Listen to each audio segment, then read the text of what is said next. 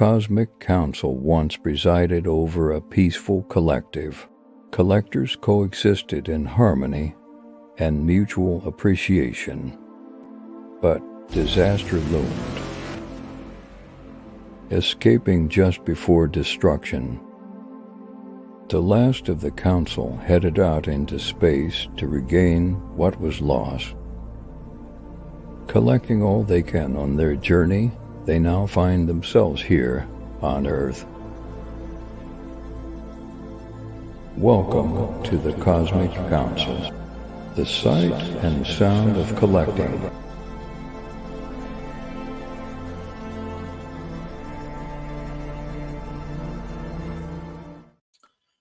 Indeed. Welcome to the Cosmic Council, which is half full. I decided to use that video again today, seeing as we know that Marc won't be joining us. Sadly, he's busy doing whatever he's busy doing this evening, and he can't make it. So it's going to be the three usual suspects, myself, Andy, and joining us very shortly shall be Ed. I think he's just run off to the toilet to siphon the python before we go live, but he didn't make it in time. We have Orlando, Jumpy, Lobot, Joshy. Yeah, we've already got people jumping in the chat, haven't we? We have. Good evening, Benjamin. You there? And of course, Joshy. Oh, Andy's already in there as well. Lobot, how you doing, sir? I was on it like a car bonnet. You certainly were. Good evening, Gareth, Ed, Andy, Benjamin, Joshy, Lobot, and everybody else. Hello, Rolando. Rolando's here. And Sean. Rolo, there we go. Oh, hello, Sean. How are you, sir? Get through all these greetings. Look at this. Everyone's so nice and polite with each other. I love it. It's a fantastic little community we've got going here. It is. Stuck inside here as well. That's a Resident Evil thing, isn't it? That avatar. It's either that or a very tasty biscuit. Is that the Umbrella Corporation from Resident Evil? Is that the Umbrella Corporation one? I thought that it was. Is theirs quite as looped? You know, you're asking the wrong person. I'm asking the question rather than answering it. Okay. Stuck inside. Is it actually from the Umbrella Corporation, or is it something else? Umbrella. He says Umbrella Corp. Oh, there we go. He's confirmed it. I'm good. Get through the rest. Greetings. Hello, Dale. How are you doing? Redundant Squash. This is your second live stream, I think, of mine you've managed to join, isn't it? Hello, sir. Rudy's here. Hello, Rudy. It's Rudy here as well. Brilliant. Yes, sorry, Rudy. We do cross the streamers rather a lot. It's very true. Everyone has funny pics, and I have me and my mum. There's nothing wrong with you and your mum, Ben. Mine's not funny. Mine's just geeky. It's not. I was like, whose channel do I watch this one? Anyone's. All the channels. As long as you're watching it, that's good for us. Hope you can make it on again sometime as well. I really do. It was fun last time. It'd be nice to hear more of what you've got to say. Squash. And Kat's here. Hello, Kat. How are you? Kat, what time is it with you? Not wrong with that, Benjamin. Certainly isn't. And everyone loves Kat. Look at this. Everyone loves Kat. Right. What are we talking about tonight? What are we talking about tonight? I had a vague idea, didn't I? But I don't know if that was settled upon or not. It wasn't exactly set in stone, but Lobot did put an idea forward that I quite liked in my live stream the other day, and that's what I'm going to run with. Then that's the Lego thing. Oh yeah. What I will do? The Lego figure. Okay. I'm going to put a banner up at the moment, though. Don't post them just yet, but start thinking about them. Quiz the council. It's got a banner. What questions you want to ask us? This was one of Andy's ideas. Think of what questions you want to ask us and pop it in the live chat, but not now. Leave it until we're towards the end of discussing our first topic, and then it's easier for me to throw them up on screen so that we can all answer them. So be thinking about what questions you might want to ask any or all of us. Okay. No, the topic today is going to be Lego. Okay. Hence the little Lego man covering Mark's face in the thumbnail. I nearly bought my big Lego storage head down, actually, but I didn't in the end. Brilliant. I mean, good for comedy value, but I didn't get that far. So there's more chat. There's more chat. Look at this. I think I've probably missed one or two, but hello, David. Everyone's been hyping everybody else. Mr. Nippleman's here. Mr. Titty Man. Titty Tips. That's a name, isn't it? Titty Tips. Tease. Yeah, so Lego, not just Lego in general, but I suppose we could just talk about Lego in general. Lobot, throw some of your ideas back out there to remind me. I did write it down, actually. I did write it down. That's the great thing about having these notebooks. Your favourite sets and models that you may have already had, your favourite build out of it, most anticipated for what might be coming out, or what's never ever been made that you'd love to see made. And we already know your answer to that, Andy, because that's your profile picture. Or indeed my ex-bomber that didn't get much traction on Lego ideas. Oh, of course, yeah. Has anyone ever used add-ons, such as the lights or displays? So yeah. No, I've seen them, but never indulged. A little bit of old Lego in my hand, actually. Oh, fantastic! Have we seen this before? I feel like that's familiar.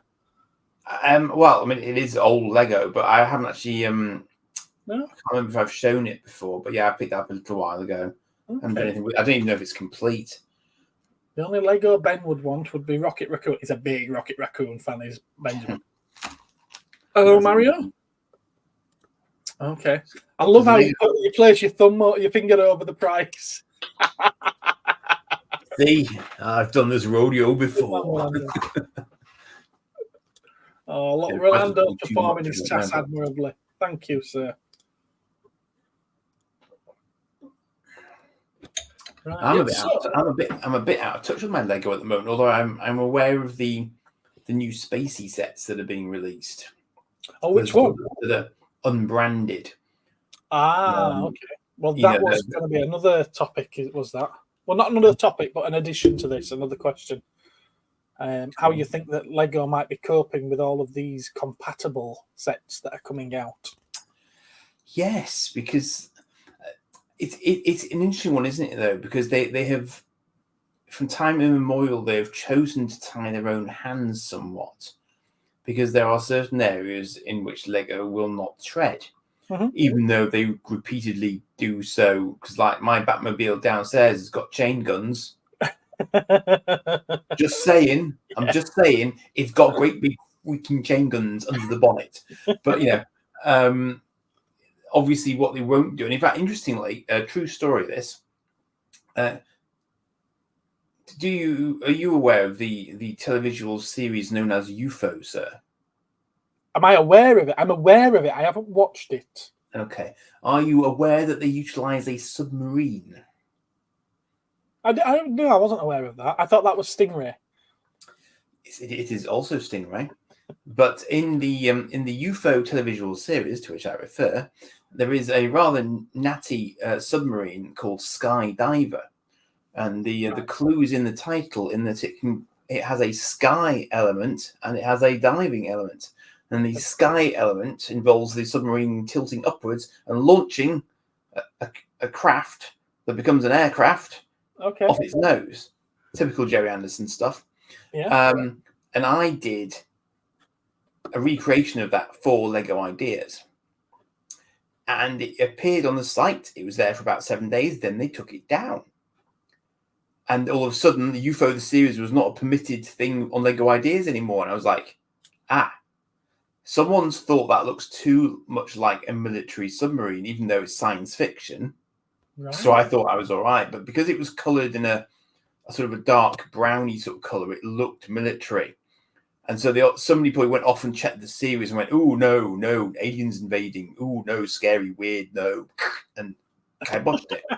So then I made it white and red and blue and made it a spaceship, and then it was fine.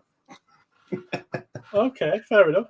But it is symbolic of the fact that they will not go anywhere near anything that is really, real world military, even if it's not, apparently. Guardian? Yeah, blocks. You've hit on something there, definitely. We were just talking about we will be talking as well about non-Lego Lego. And the Enterprise is certainly a good one. I've seen that a couple of times. Very nice set. The stuff that I've seen that's interesting is blue bricks. I'm not aware of that one. Oh, have you not?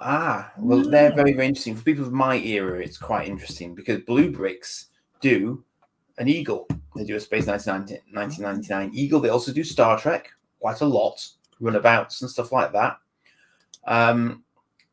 And of course, Lego has no stake in any of those because they don't license any of those. No way, Sean's. I'm going to answer this one.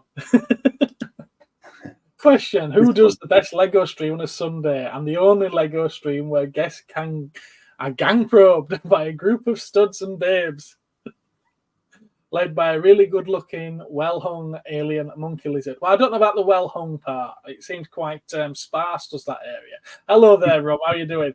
There was a reason why I didn't join you this week, and that was because I wanted that particular Johnny 5 as a stream or video on my own channel, and I wanted it to be focused on that and not necessarily the things that we might discuss over on your channel. But you'll be seeing me again soon. Don't worry about that. I don't think I was any competition for you. In fact, I noticed some of my viewers disappear when you started, so and that's perfectly fine. Why? I tend to be running around on a Sunday, so some days I just can't make it, unfortunately. Weekends are tricky for me. Okay, that's fair enough. Good man, Benjamin. Good man. Thanks, Lando. Anyone have any recommendations for animal action figures? Not necessarily lifelike. Fantasy and sci-fi is fine. Just something I've been thinking about. You're not thinking about the Mythic Legions or anything like that. Are we thinking definite animals rather than anthropomorphic animals? Because obviously Thundercats would be a thing. Animal action figures. I mean, certainly there'll be some like that are accessories to figures. Like I can remember there was a hello Ed. Hello Ed. I can remember there was like a gorilla or a bear and things like that, and dogs with Action Man. Yeah, animal action figures. I'm trying to think. They never did a toy of the Centurion's dog. Actually, I don't think Centurions had a dog. I mean, monkeys. I mean, Planet of the Apes would be a good one for that if that was the sort of thing you were thinking about. Going to the store and seeing the latest Lego catalogue on the counter and spending the whole afternoon looking at every page over and over. Those were the days, yes. Actual paper catalogues. So how's Ed doing? I'm sorry, Ed isn't here today. Oh, who is here today then? This is the life model decoy of Ed. It's Max. Hello, Max. I am Max and I am mighty. No three of us. You sound a little bit different than normal. You sound echoey. Not echoey, but robot. There we go. Way behind him, that's why. There we go. Hang on a minute. There we are. There we go. Oh, he's got a light on it. It's Kremzik. Okay. He's been there for months. Has he? Yeah. Well, you've never drawn attention to it before. I know, because usually he's already switched on. But I've just had to turn him on now. I'm thinking animals, as in on all fours, rather than humanoid. Battle cats is a favourite of mine. Well, so obviously, animals as well, isn't there? Panther? Yes, Panther, I think. Isn't it? Yeah, the purple one. Yeah. I don't know. All the big gym stuff, obviously. There'd be Aslan, but I don't know if he's ever had a toy. There've been Narnia toys. It's not something I've ever thought about before. Actually, there's been Narnia toys, but mostly based on those Disney movies. Sorry, is this still Lego? Are we still on No, Lego? no. I think Likely. I think he's just talking about action figures in general. Right. What with the Lego thing? They're like, well, we haven't really finished that. We're still. I've just hopped onto the chat. I have balls to them. Get back onto topic. They can wait. Don't be coming here, typing your bloody stuff and interrupting us. Gia, just get bent.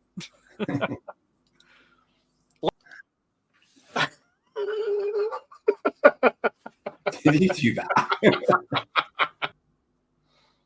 Sod him. Here we go.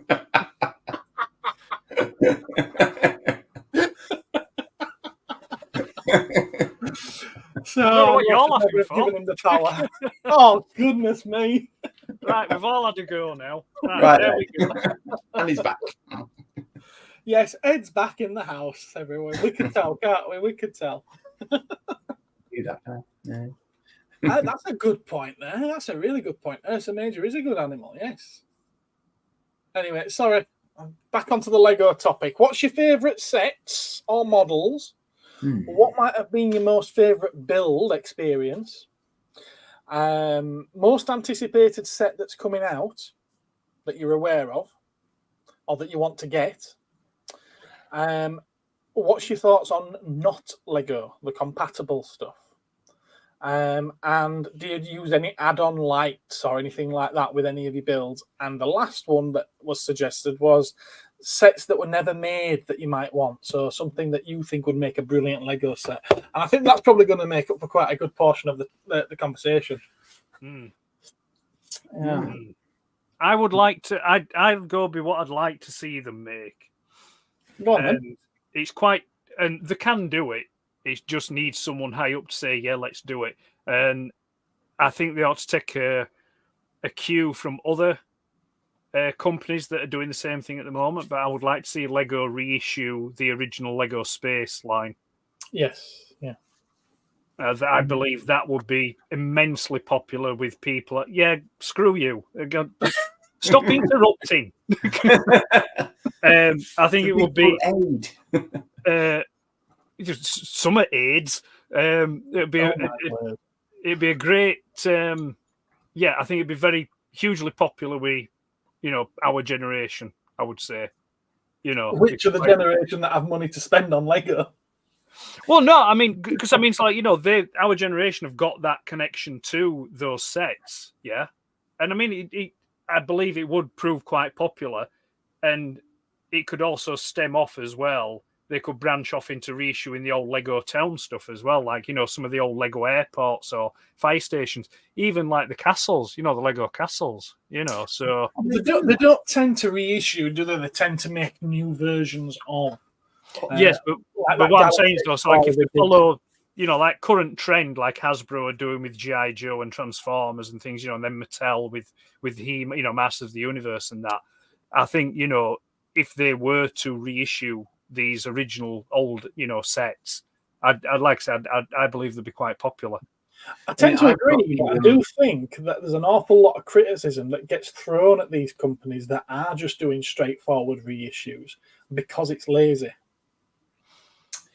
Well, I think it's survival. It's giving people what they want. I'll expand on what I mean by that, because I think that there must be a real challenge for these companies these days, because a lot of kids are not playing with physical toys, I would suggest. Therefore, who else can they turn to put money in their coffers, apart from us old geezers who have money in our pockets and will fork out for old physical stuff that we used to play with when we were little? So actually, I think we are a vitally important part of their demographic these days, because we have so much cash, ostensibly at least, or we used to, floating around in our pockets, and we can afford to pay the prices that they charge for these sets, which are not cheap at all. Let's face it. Not at all. I mean, I've got upstairs, and although this is partly my son's thing that he wanted it as well. I can't remember the name, but the starship that's based off the old, I think the Explorer they called it, that had the opening back. So, and that's a nice build. It's sort of it's really big, and it's got 4 of the sort of classic astronauts in it as well.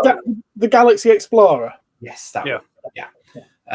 So they are, as you say, they are already doing it, but they're doing it in a way that's a modern reproduction of the classic sets. So you have it's not a straightforward remake, is it? It's no, but that's right.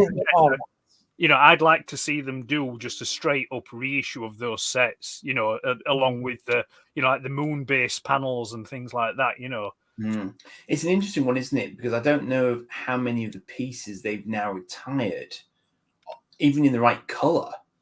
Sometimes the color stops, because I've had to get all sorts of old school colors and types of things, for stuff that I've put together to put on Lego ideas and stuff. Because obviously I'm using stuff that I know, but there are a lot of modern equivalents because they've stopped doing those ones now. It's incredibly easy to get anything you need. There's loads of sites that are dedicated just finding a given piece, and you can just buy it. It's crazy. Never knew it existed until I started delving into this. Because someone put me on to Rebrickable as a concept, which of course was a horribly dangerous thing. But I do remember the first set that I got ostensibly from my son when he was old enough to start doing Lego. But he's actually pretty good at Lego. He can do, he got into it quite early with me, and he will quite happily sit and build a set himself. Oh, that's cool. Which is nice. Yeah. So I try to encourage him to do that.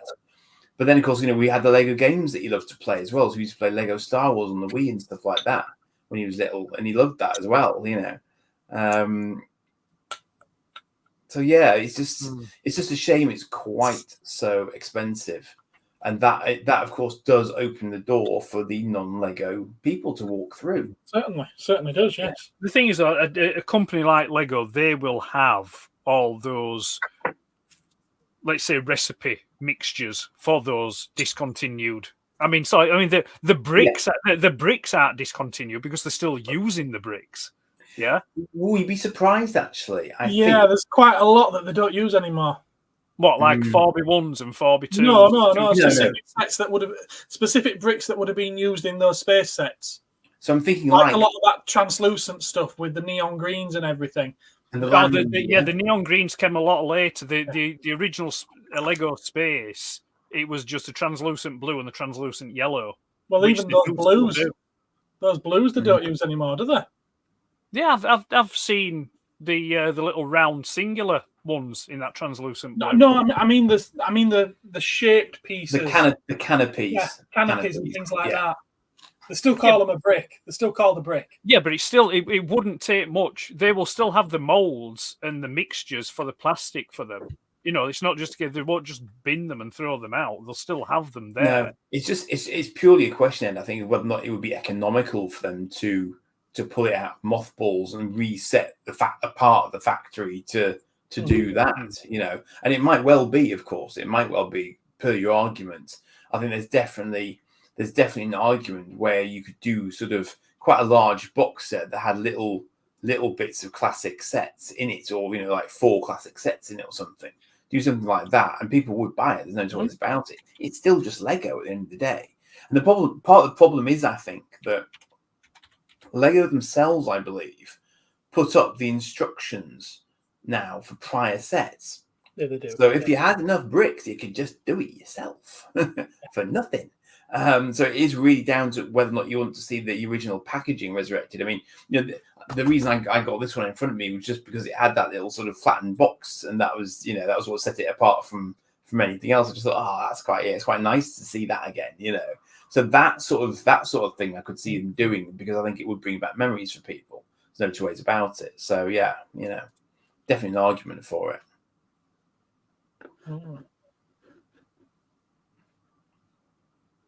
He's searching something up. Look at that. I'm just seeing if there's a database of a list of retired Lego bricks. Oh, okay, yeah. Right. I'm not sure who would have that. But even down to set to retire, like back in the early days when not space sets, obviously, but some of the knights and everything, they'd have the feathers. on the helmets and whatnot. It's like the horses. They don't the do the pirates horses that have anymore, do feathers they? on their hats. Even those pieces now, they've changed them. The original ones are completely different to the ones that we get now. A lot less detailed, the originals. Even the steering wheels are different these days, so they tend to do different styles of them, don't they?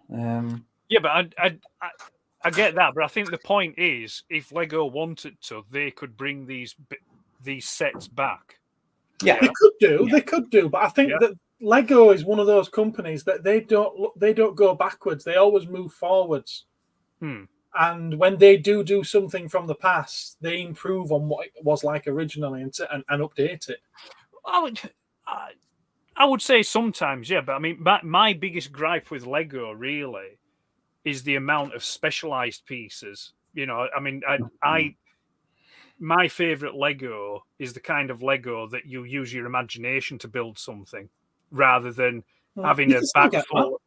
You know, no, but like most Lego sets now have a bag of like specialized parts or bits. You know, pre-shaped. No, I know what you mean. Like wheel arches for the Batmobile and fins on the back. I know exactly what you mean. But you can just buy a bucket of bricks. Yes, you can. Yes, you can just buy a box of bricks, and it's just got all your basic ones, and it's all about using your own imagination. Yeah, so but Lego used to be all about that, all about, you know, it was the toy limited by your own imagination. Yeah, you know, and I think that's still there. All they haven't taken away from their range; they've just added to it. But how many people do you think are going to make their own thing out of like the one that you've just completed? You know, the Lego Pac-Man set. Who's going to dismantle that and make their own thing out of that? But they're not going to do either. That's why they buy the Pac-Man set, because they want to make the Pac-Man set. If they want to make something from their own imagination, then they'll buy the bricks.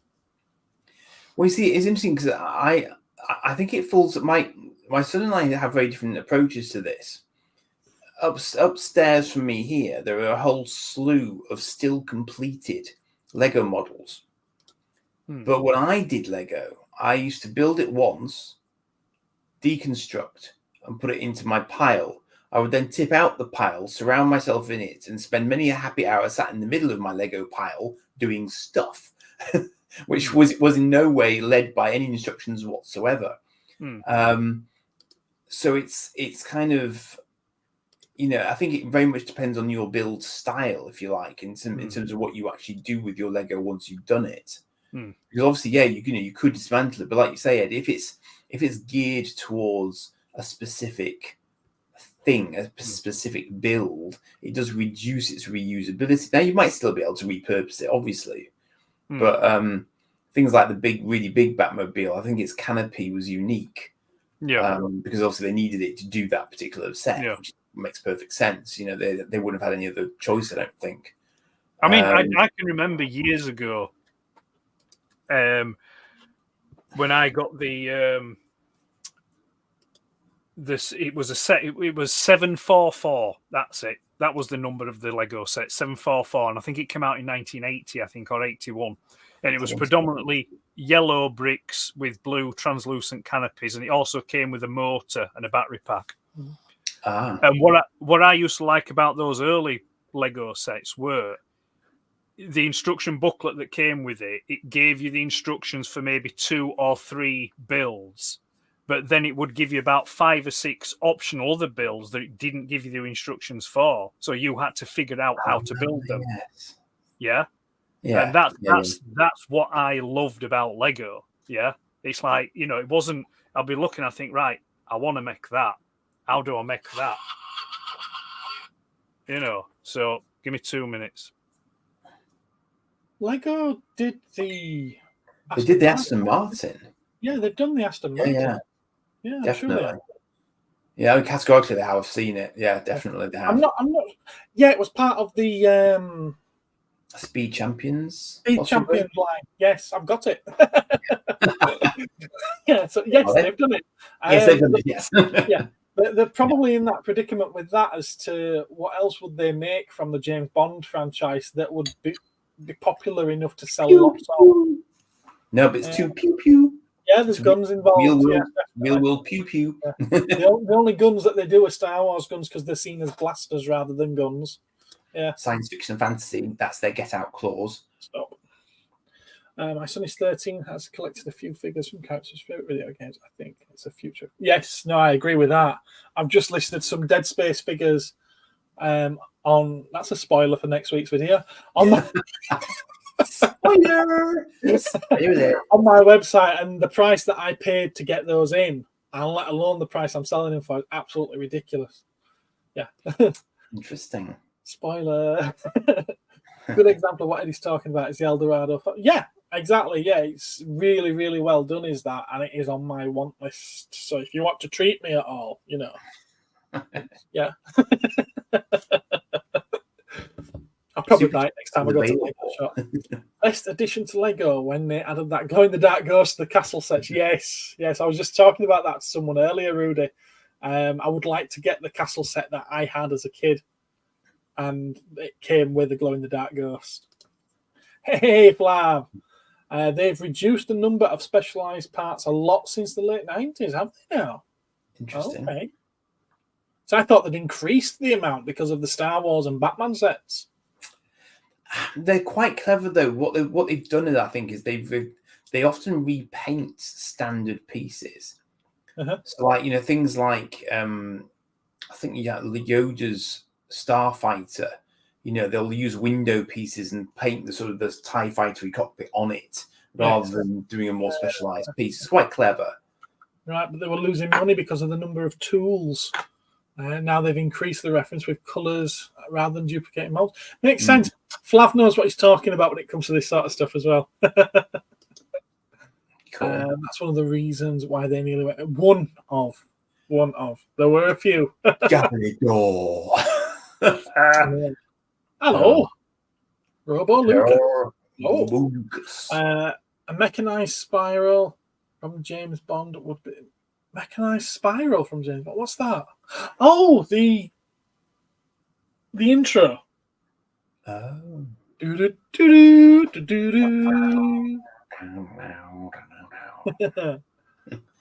gonna buy the McFarlane Bart Allen. Oh, wow, okay. The multiverse one. I'm not. Do I know what this one is? Have we already discussed it? I don't know. Finally caught up with all that chat. Yeah, and as for compatible, not Lego, it's getting better. It really is getting better. I can remember donkeys years ago, I got a Mega Bloks set. And literally, as quick as you put those pieces together, they push themselves apart. They were appalling. And I was expecting something similar when building Johnny 5 the other day.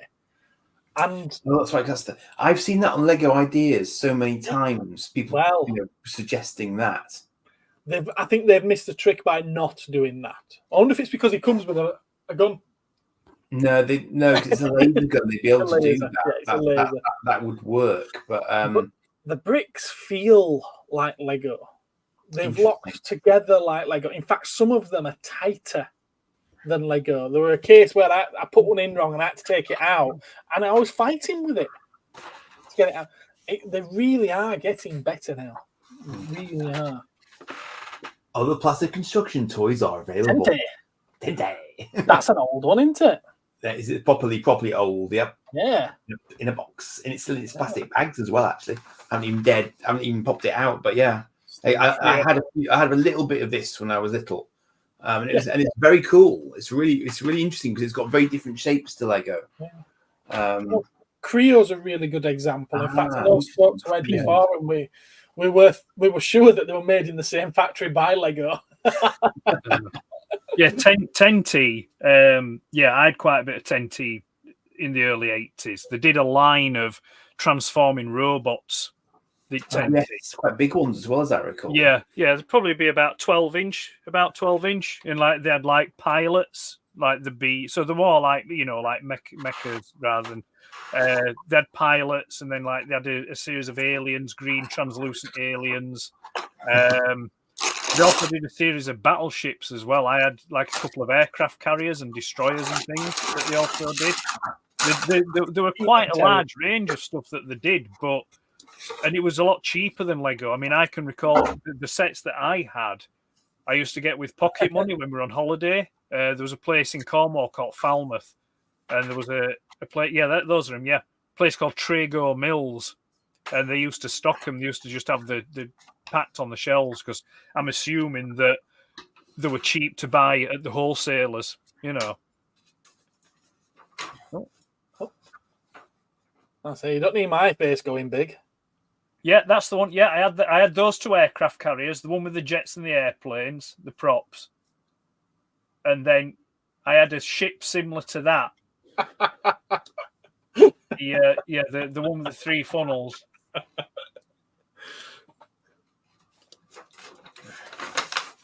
Are the robots on the other side? Yeah. Are there? Well, I don't know. There were spaceships. Yeah, the spaceships on the other side. Yeah. Yeah. Let's see if I can find a.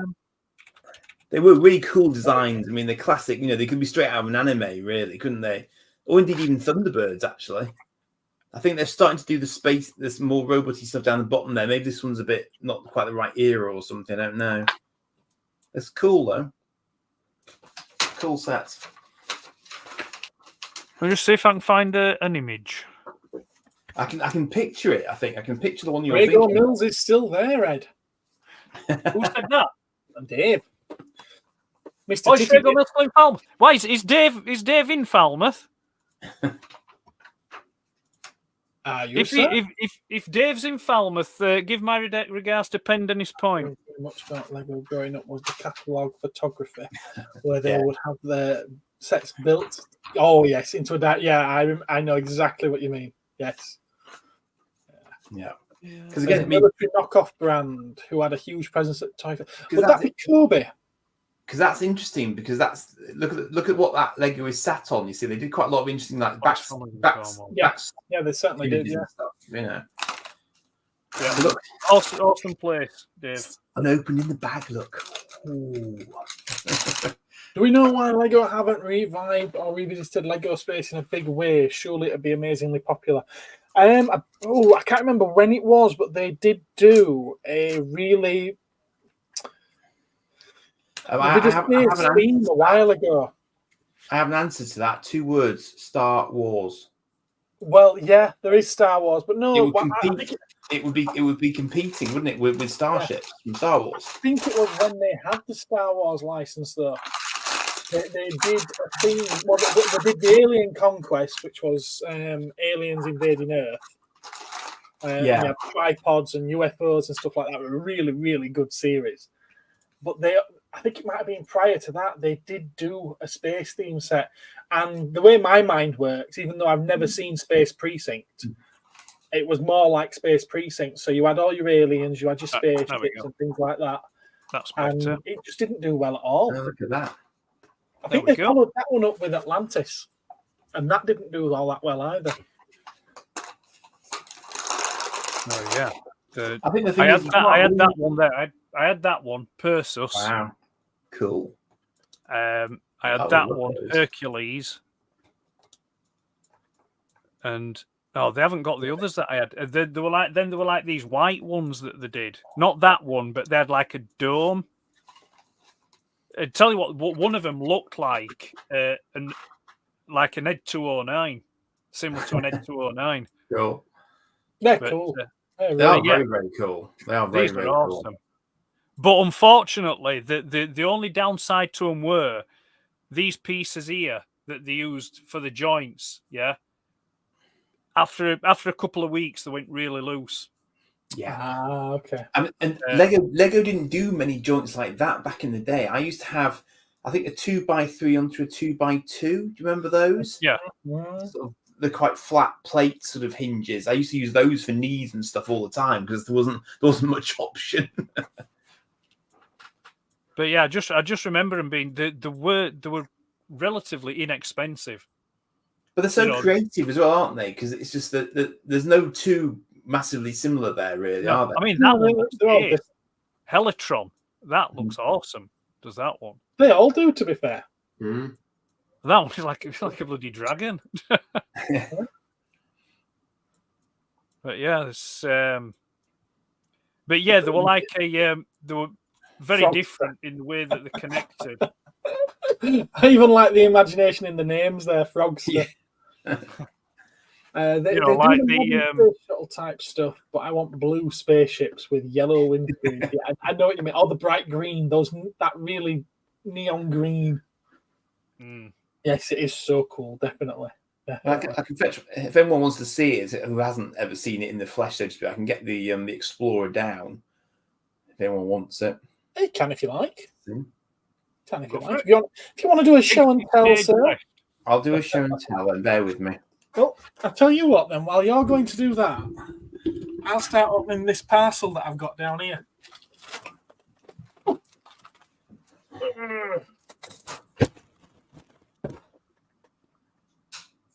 I've got my knives with me.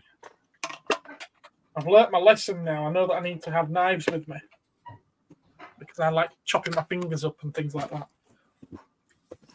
Oh, I really hurt myself yesterday. What, you opened your wallet? No, that finger there, it's not the middle finger, it's the next one. I half ripped the fingernail off it. I was opening a very, very large box that was well taped up. Mm-hmm. And I hadn't realised that no matter how well taped it was, they'd also glued the flap down. Right. So as I cut the tape, and as I put my hand under the flap to yank it up, the glue must have just gone under the tip of my nail. Right. I yanked it up, and it's ripped my nail straight off. You'll have to put a false one on till it grows back. Very painful. I'll save those for weekend. Because if you paint that, it'll just look odd. So, the contents of this Temu bag, is this why we're discussing Lego today? No, Lobot suggested it. Lobot? Lobot suggested we discuss Lego today. Ah, right, I see.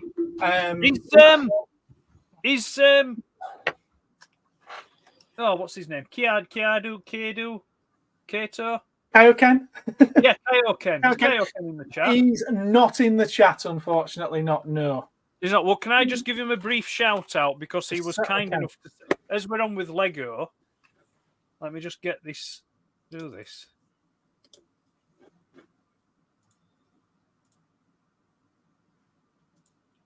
Just hang on a minute, what's going on here? There we go. There we are. That's very cool. Rather huge. It's rather huge.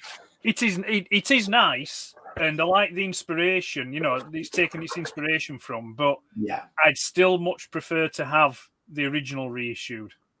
It would be cool to have the original in my hand as well. I grant you, but I mean that's it's got some nice touches. Yeah, it's really nice, is that?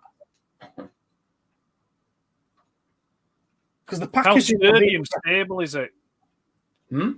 How sturdy and stable is it? It's surprisingly sturdy. I mean, it's weird because it looks really thin, but of course it isn't a plate thick, so it's got quite a lot of sort of underpinnings in it. Yeah. So there's actually quite a lot of stuff lurking in there, even though it's not that thick. So I think it may even be technical on the inside. I think my son primarily built this one. I didn't have much of a hand in it because he wanted to have a crack at it, so he did. So I don't think I helped him overly much with this at all. But obviously, it's a lot of quite old school plates on the bottom of it. You know, it's quite old school, like in that sense. But the way that they've done the angles and stuff on the side, and they angled the main cockpit as well. Yeah. So I think that's on a sort of Technic sort of joint almost, just to sort of let it drop and angle down like that. So that's very cleverly done to offset it at an angle like that. We haven't done a range, just the one. And it's got the I can't remember how it opens now, but it does open as the original did. I'm terrified of dropping it, as you might imagine. But yeah, I mean, but you know, for the first time in a long time, obviously you get the old sort of yellowy plastic canopies again. They're not the same, though, are they? Or No, they're not the same. No, they say they're not the same. They're a different shade of yellow, aren't they? Well. I mean, I don't know, but again, I mean, I suppose it might be a difficult thing to recreate exactly if you don't have exactly the same materials and everything else as you had in the past. You know, they were quite thick in the past, weren't they? I think And they had the You have to bear in mind that your fingers would have been thinner. very true, but they also had the bricks. They had like a brick, they attached via brick width elements on the side of them as well, whereas this is just very, very thin all round. But it is different. It is different. There's no two ways about it. I was quite surprised at how big it was and how heavy it is as well for a kid. You see, this isn't really for kids. It's not. A kid drops this, it's gone, and they could because it's bloody heavy. I mean, this is I brought another one down, which is gathering dust up there, but this is more what the kids are getting. Yes. Yeah. Which scale wise, obviously, is a fraction of that. It's difficult to do it on screen, obviously. And they put one of them down before you drop one. That's fine, don't worry. No, drop it. They'll have something to do then to rebuild it. I'm going to say you can put them back together again, Ed. It's not the end of the world. I know. That's what I'm saying. I want you to drop it so you've got something to do. You can rebuild it. Yeah. Well, that's quite nasty. But talking about the bespoke pieces, that's a classic example there. That's a very, very bespoke cockpit piece. Yes, but then definitely. the cockpit pieces often are. Yeah. But in fairness, they're doing a lot of stuff with angles, because I've noticed this with a lot of these sets.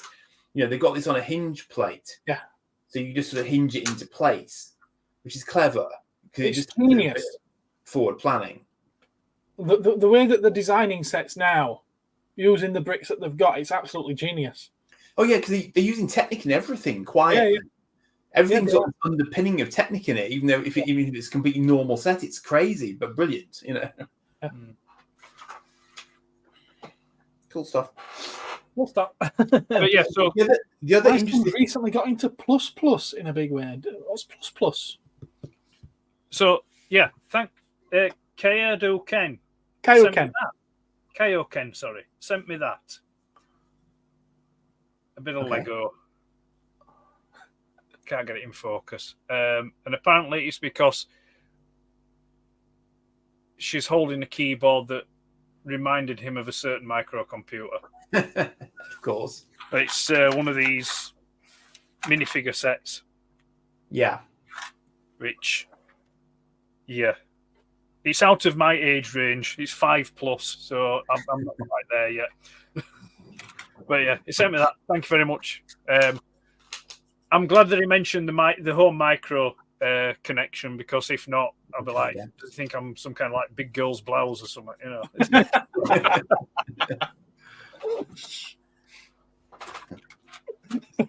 My hair has not been pink for a long time. It has become a thing as that, hasn't it? What? Spectrum! The chat. Oh, right. Yeah. Sorry, I didn't. Oh, he's watching. You're welcome. Okay. Yes, He's been keeping Thank silence all this time. Lurking. All right, plus and a very basic plastic building block product where all the pieces are the same shape. All right, okay. Okay. There we are. Cool. Don't approve of the mystery packs for minifigures. Oh. Well, they're on series 20-something now, so a lot of other people are liking them. I agree. I agree. Buying them because the one trying to get the figure that they want. I can see both sides of the argument on it. I mean, it is frustrating when there's a particular figure you want and you can't get it, and you have to keep buying and buying till you do get it. That's Well, I know someone who's just been doing that, and that's how you ended up with what you've just got.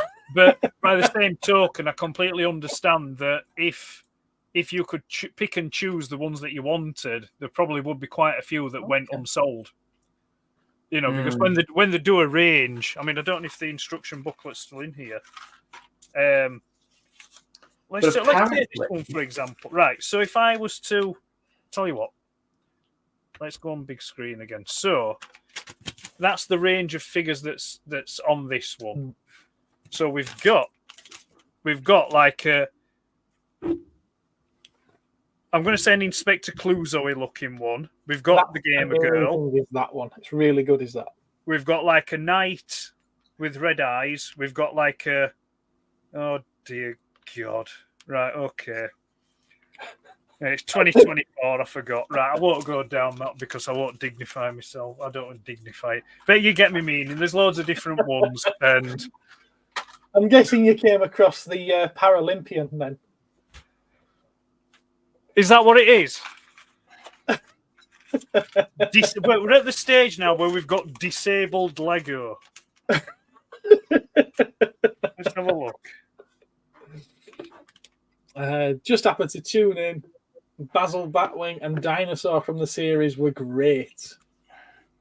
Ended up buying them off eBay. The Dinosaur looks pretty I'm cool. one away from completing the Marvel Series 2 set with getting 6 duplicates. You've only had 6 duplicates.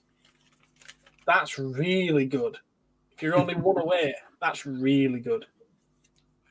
But isn't it funny how that happens, though? It's like, you would think you had even odds of completing 1 in 12. But, do they actually limit some of them, I wonder, in each box that they deliver so that they create scarcity? Yeah, of course they do. Yeah. But I'd heard recently that there was now a way in which you could actually scan the figures to find out which one you were about to buy. Now, I don't know if that's an urban myth. I don't know, but do they have QR? I think somebody said they had like a QR code on them. I don't know about that, but in the early days, they had pips. And depending on the placement of the pips and the quantity of pips, you could tell on the bag, you could feel these things. You could tell which figure was going to be inside. But then they got rid of that. And then I think they started putting something on during the COOF because they couldn't have people going into shops doing all this anymore because it was spreading germs. Well, it'd be a shoplifting nightmare as well for them, wouldn't it? Every time they hear a rustle, they've got to be like this.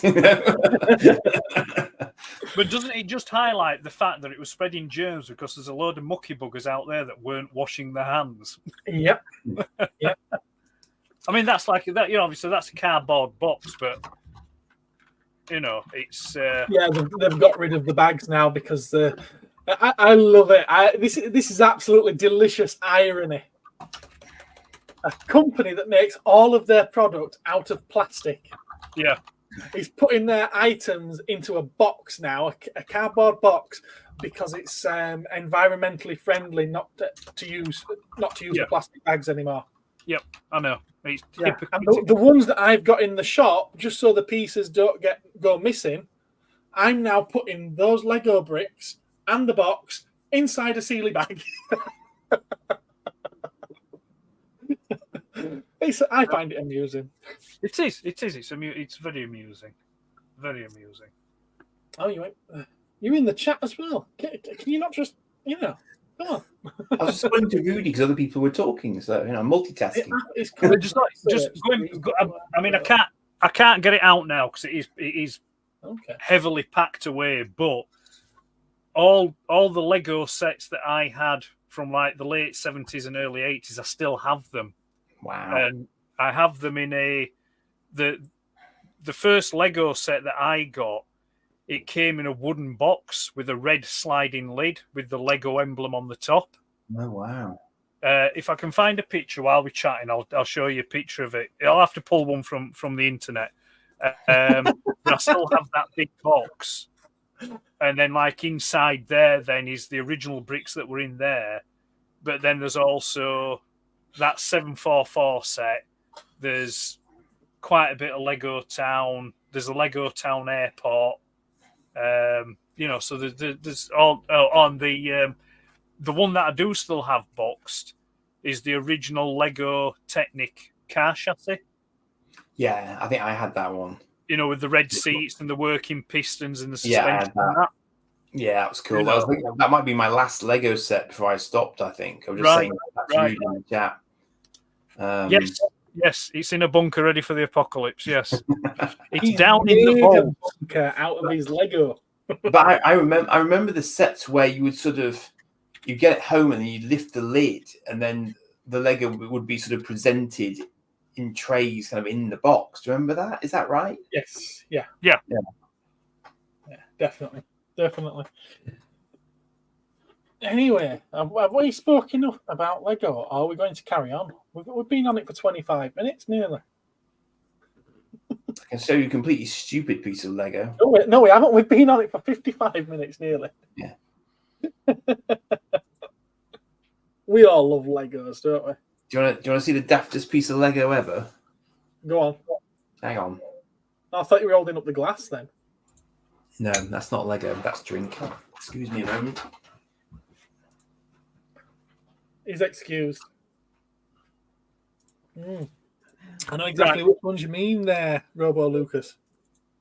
Round heads, articulated arms, yes. Articulated legs, I remember some of them having. You found something? Yes, I have found it. If you just give me a moment, I shall show you the set that I still have.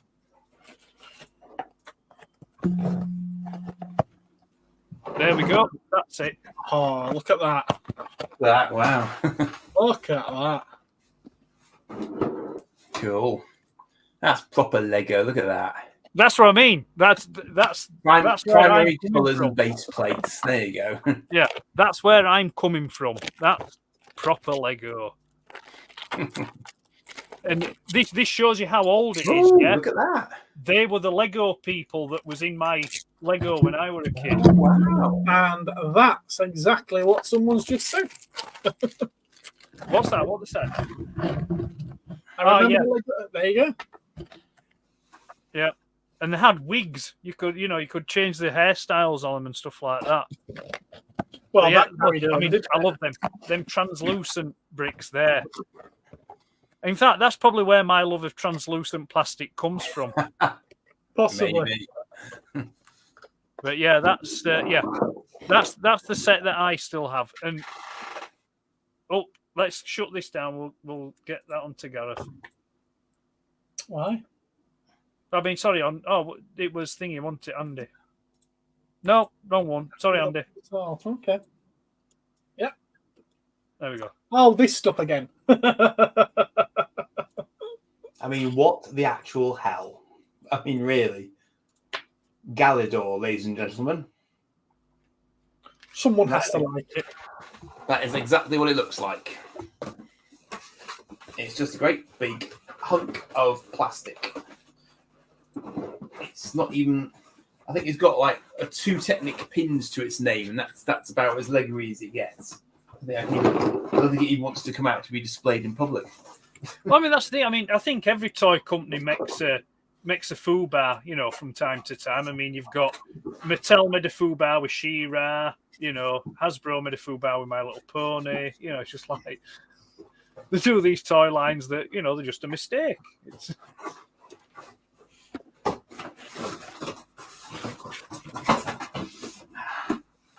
So that's it. That's Lego, apparently. Yeah, it's shit, Andy. Let's be honest, it's shit. It's rubbish. It's like the egg from Mork and Mindy or something. I don't know. Why? I'd ask you, why did you buy it? Because I had a macabre fascination with what the hell is that? That's why I bought it, and it wasn't expensive. I just thought, what the actual hell is that? Yeah. Is it? Could you take part of it off and just make like a really cool looking helmet out of it? No. You need a slightly smaller head. Maybe you need to practice the ancient art of head shrinking. So what figure goes in there? You don't want to ask me that because I can show you one. What, have you got a figure? Go on, you might as well show us it while you're here. And then Gareth can show us what's in his package. I think that involves me going downstairs. Hang on. Gareth's got a parcel that he wants to show us.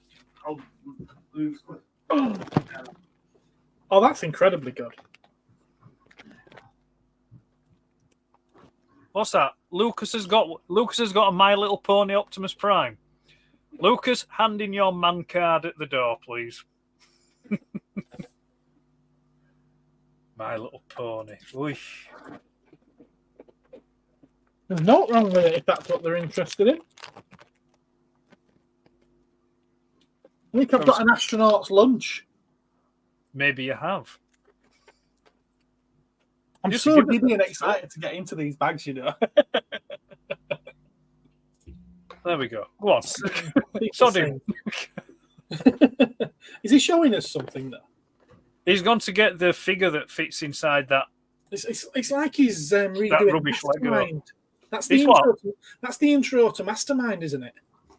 What? The black, Oh, just the empty black chair. You ready? Go on then. Look Yeah, at it's the horrific. fake of that. That's Take it into the back garden and burn it. that's almost like the ripped off Max Steel. Well, it's got Technic pins. Look, Fair enough. and that's the range. Oh, excuse me. Okay. Right, yeah. I'm also This getting is- a bit of a Centurions vibe there as well. Yeah, Well, but, look, but- it's but amazing. when I looked at it on a video, I said it's like Centurions, except Centurions was 20 years before this. Yeah, and better. Yeah. And better, yes. Now, this was supposed to be one of the questions that we were answering anyway. Is there a set you desperately wanted and never got? Rudy himself, it was the monorail Monorail, Yes. airport shuttle. Okay. monorail. One more time. Monorail. Monorail. Oh no, no! It's I've an no episode idea what of you're on Simpsons. about. Oh, is it? Okay. Yeah, where a huckster turns up to Springfield and gets money out of him, saying he's going to build a monorail. Okay, fair enough. There's a big song and dance routine. So what's that? A set that you desperately wanted. I'm desperately seeking Susan. But I don't know about set.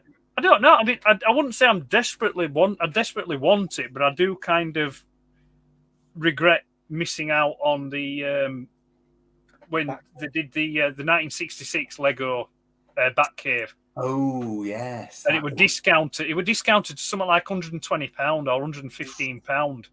And I ummed and ahed, and I thought, and then when I finally made the decision, I thought, right, okay, I'll get it. It had gone back up to full price again. So I just thought, well, it wasn't meant to be. But that's the only one for me, really. Oh, and I suppose the original stuff, I would say, yeah, the original Lego Space stuff. There's always something every year that comes out that I'd quite like to get my hands on, and I end up missing it because something else comes out. But nothing, I'd say, desperately. The only thing that really springs to mind is back when they did the Super Star Destroyer Executor, or Executor, depending on where in the world you come from. And it came with the Bounty Hunter minifigures, Vader, Imperial officers, and everything like that. But it was before I had disposable income. And before I really collected Lego, it was just one of those that I always saw them when me and yourself, Ed, when we go up to Toys R Us, and I'd see it there on the shelf back then, and I'd be like, oh, that's nice. That's really nice, is that? And I never got it, but it was really expensive, and it was huge. I'd have had nowhere to put it, even if I could afford it. Even now, I probably would struggle to find somewhere to put it, but yeah, that was a good one. That was a very nice one, was that? But you see, I think that's the thing with Lego sets, you know, especially the larger, more expensive ones. We're screwed over here because we don't have houses big enough to have them on display. You know, we can't. We haven't got a cellar or a spare room where we can just like knock shelving all the way up around it and just put it up and display it.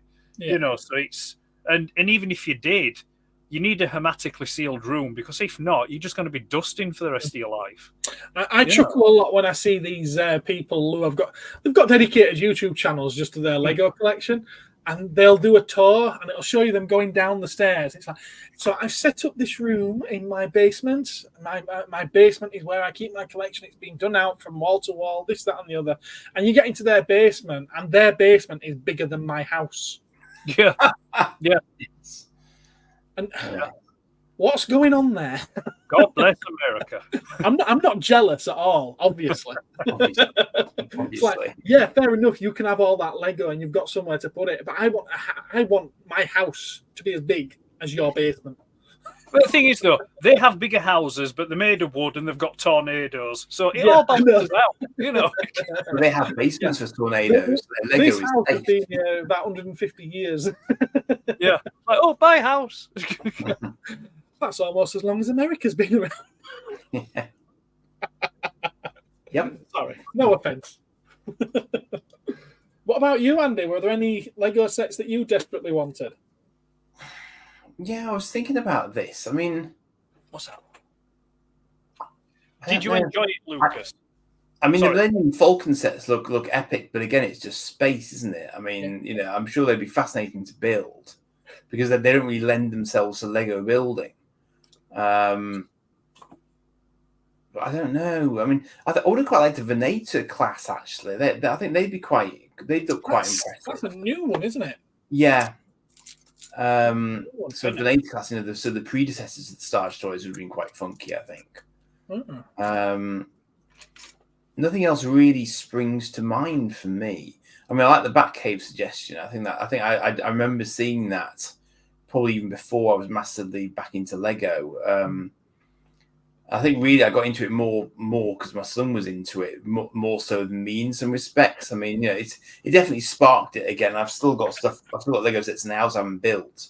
In fact, the ones in the house that he hasn't built as well because he's sort of, you know, he's into his dark ages now. The hilarious thing about him is he said to me, Dad, he says, if you sort of, you know, tidy my Lego sets away, you've got to leave them made up. And the reason he's saying that is he doesn't want me nicking the bricks. Right. Okay. Fair enough. So I'm only allowed to use Lego that I've bought, apparently, even though I have bought all the other Lego. That's a very good shout, is that? All of the Lord of the Rings sets. Wow. Gosh. Yeah. Because they're rocking horse poo now. I tell you what else are rocking horse poo, and they've always been quite expensive, and I bet they've just rocketed in price recently. Avatar The Last Airbender. We didn't even get them on shelves over here. Oh, wow. Yeah, they were really limited releases. Yeah, those would be quite nice to get my hands on. Yeah. You'd be pleased to know that my son made me buy the film on Amazon over the weekend, having watched the entire series. Yeah. Wow, why? It was it was actually quite an interesting thing from my point of view, not knowing the series very well, to see how much they sort of, you know, were or were not similar. So that was actually quite interesting. I now know a bit more about the backstory to it than I did before. So interesting. Okay. To be fair, your reaction to it fascinated me because I think it's about the only cartoon I've ever seen you really defensive of, Gareth. That one. Me? Yeah. Because Avatar: The Last Airbender is an outstanding cartoon. But it's funny because obviously when Ed and I talk about stuff like that, you know, your cartoon experience is different to ours because it's slightly time displaced.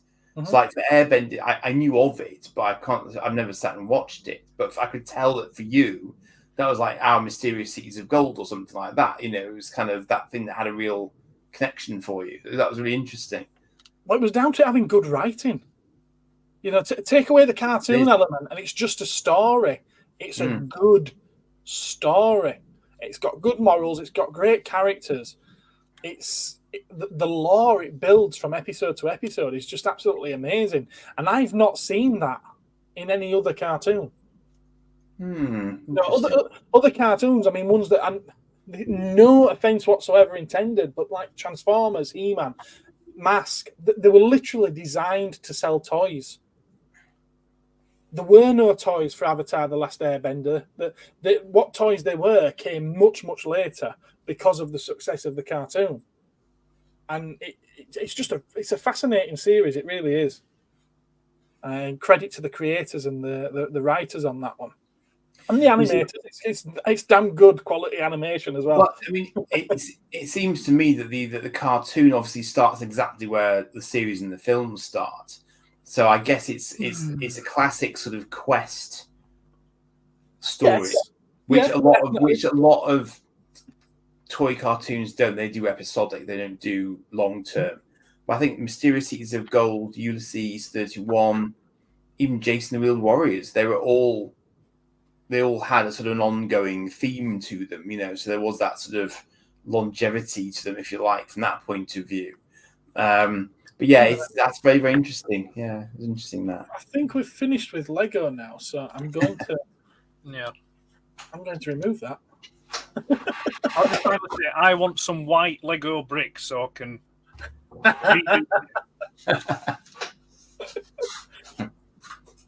Do we have to do it again? No. Do we have to do it again? Spectrum! No. I'm just going to say it. Spectrum! I'm going to catch up with some questions. I think I got as far as here. I'm sure I heard that Bionicle, is that how you spell it? That is how you spell it, yes, was getting a reboot. I don't understand Bionicle. Yeah, that's a big thing. Yeah, it's branded Lego, but it's become Hero Factory in recent years. The original Bionicle movie was actually quite good, to be fair, as well, but that was designed to sell toys. And we've got someone from Twitch. I think there are good shows that could there are good shows that could match Avatar in animes. Yeah, the difference with animes, though, is the vast majority of them are aimed at adults, whereas Avatar, it was telling a story to young children. And I think that's the difference. Although it borrowed a lot from anime, I will give you that. But I don't know. You haven't seen it? Oh. Well, how do you know that it can match something? You need a starting point at least, surely. But if you haven't seen it, go watch it. I've never seen it. No idea what it's about. Fair enough. Don't start with the movie. Don't start with. In fact, no. If you watch the movie, you'll probably never watch anything related to it again. Well, to be fair, I'll be perfectly honest. I don't think I've any intention of watching it at all. Oh, you're missing out. It's just I'm buying some bricks to make some infinity cubes this month. Don't buy much Lego these days. It's fair enough. Lego is expensive. Fair point. Well, thank you for acknowledging that. Right. Were you going to say something else, Andy? No. No. But I thought I'd stopped you mid phrase or something. Yeah. Okay. Fair enough. Right. Well, in that case, we'll move over to pickups and arrivals, and I'm going to start off with showing a Temu pickup. Because I got a big bag full. Yeah, I don't mind showing that address, actually. It's only the shop address. Right, so I've got a couple of bits out already just to be getting on with. I wanted to see how rubbish this was. Wow. Because it was something like £6. And been robbed. Yeah, and off that £6 you get a discount as well, which I think was something like 20 or 30%. And there it is. It's a very nasty plastic base. But actually, let me see if I can do what I think I can do.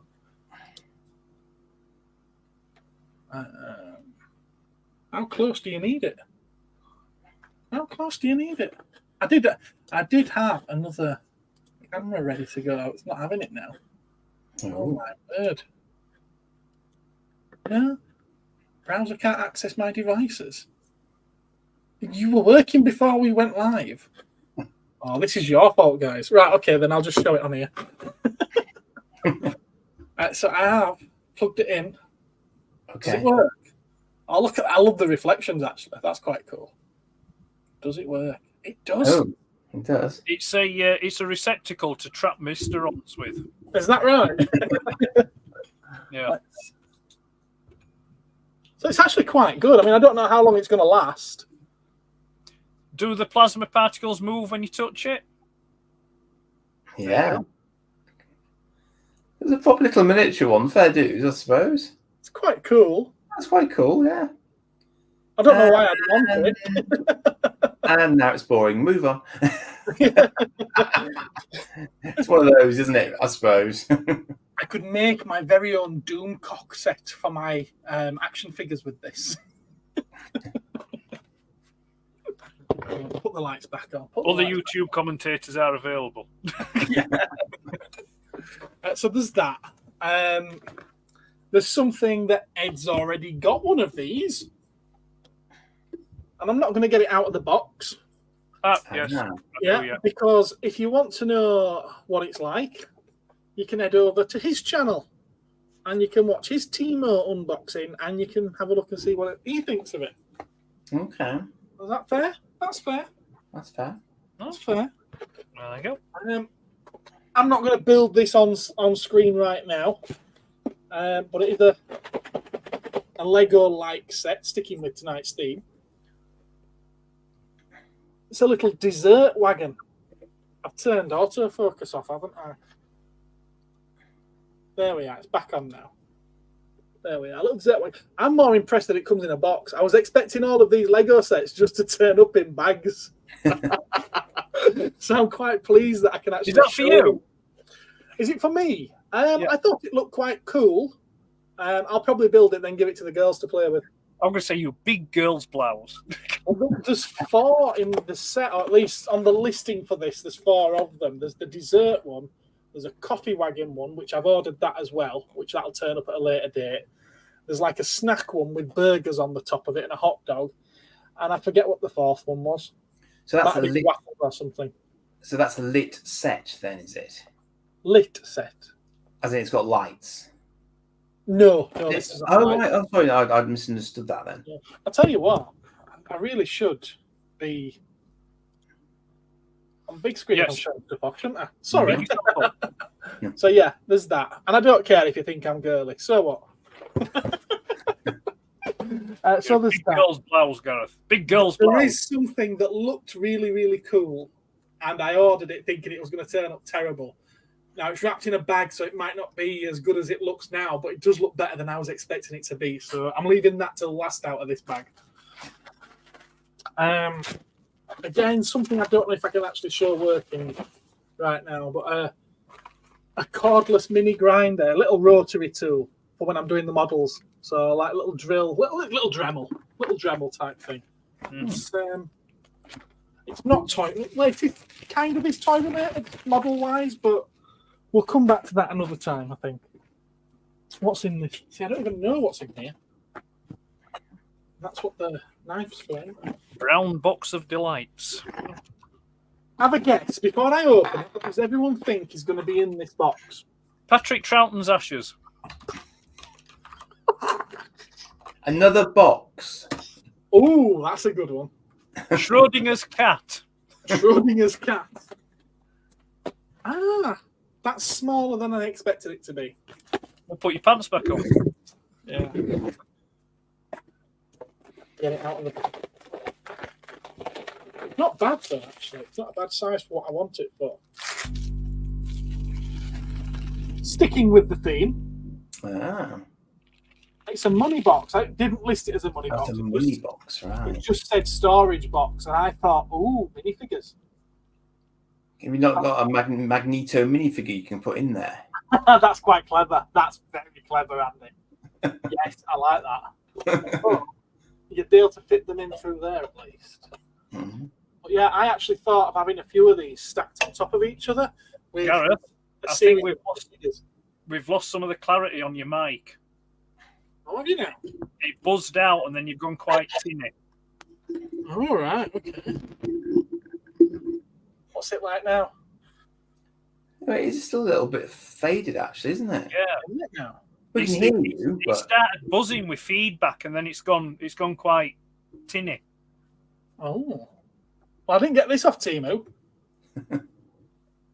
plasma discharge. Do it every time.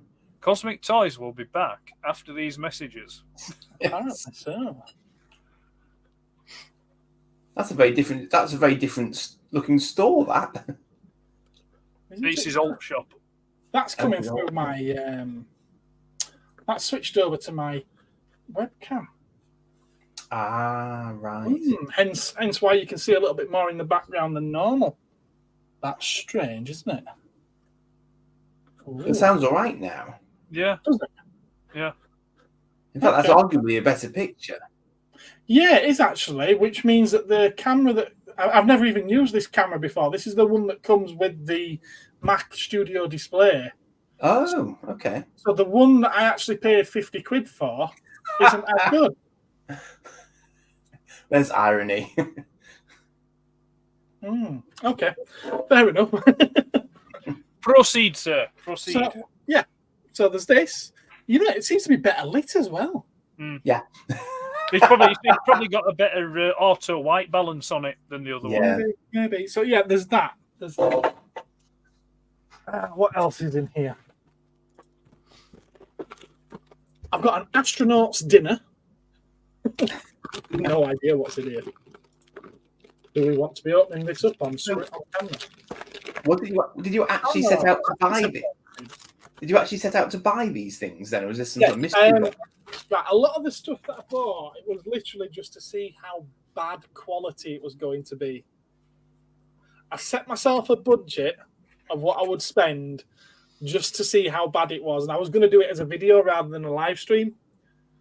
Well, you can still do a video. But it's evolved to this live stream. But it's just some LED lighting, yeah. Yeah. Now, I put some stuff like that up when I first moved in here, and quite a few of them have died.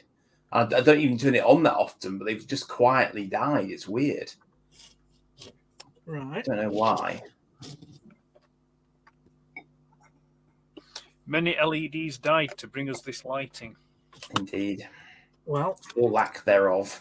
It's safe to say it works, but the lights are very widely spaced. Mm. If you have a look at those ones that I'm using, they're very close together. Yes. Yeah. It depends how much meterage there is on the reel, of course. I mean, I think it's just because they're cheap and they put less lights on. that looks like the ones I put on about 3 years back. As I say, that's kind of very standard spacing, I think, for the long strip ones. But anyway, I'll find a use for it. I was actually looking at putting one up around here. I think probably the reason there aren't so many lights, and someone more technically minded might tell me, is that they're probably not putting a massive charge through it, so it won't support that many on the length that it's running. Mm-hmm.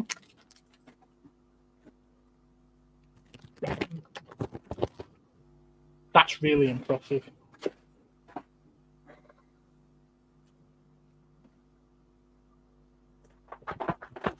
Something flat.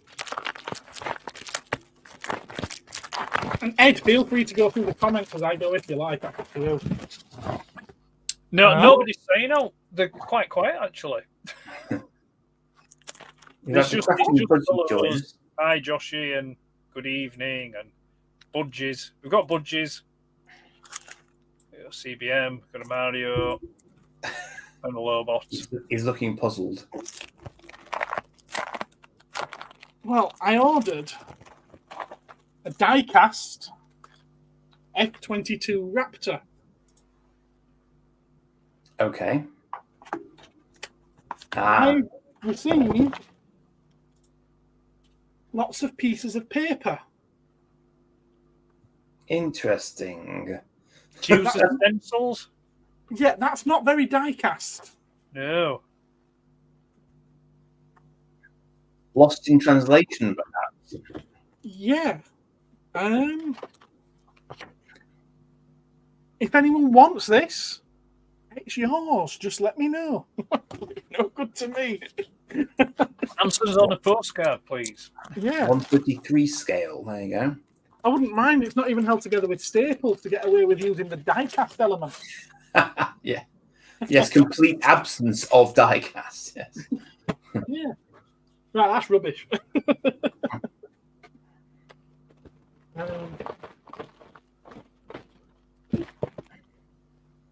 Oh, well, that's not in a box. Right. Okay. Have either of you seen Death Note? I saw the movie a few years ago. Okay, yeah. Okay, well, I've got a Ryuk figure. I do quite like Ryuk. I do quite like Death Note. I'll stick that up. Yeah, it does actually go up his jacksie. Yep.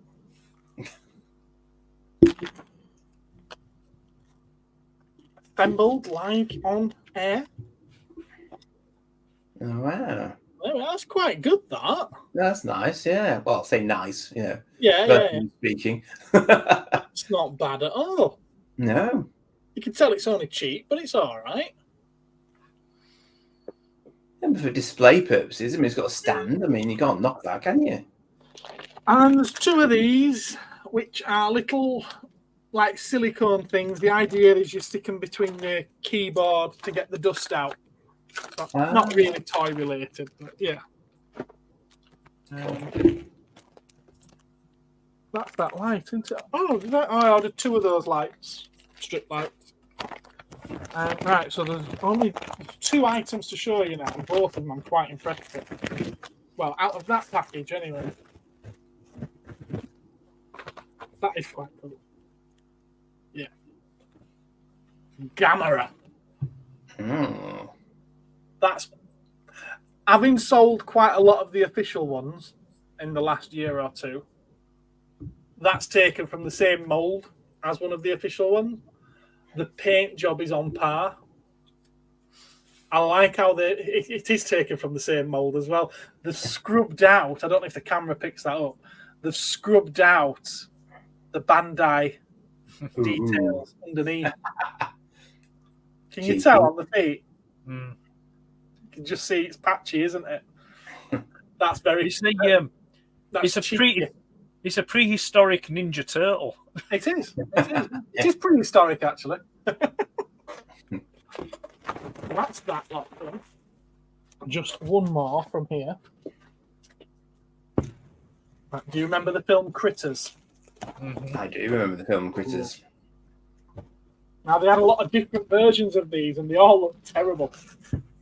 The only thing I've got against this at the moment is the hair's very smooth because of the bag it's just come out of. So I'm going to try rubbing it up a little. Bit on camera. Oh, that's better. Yep.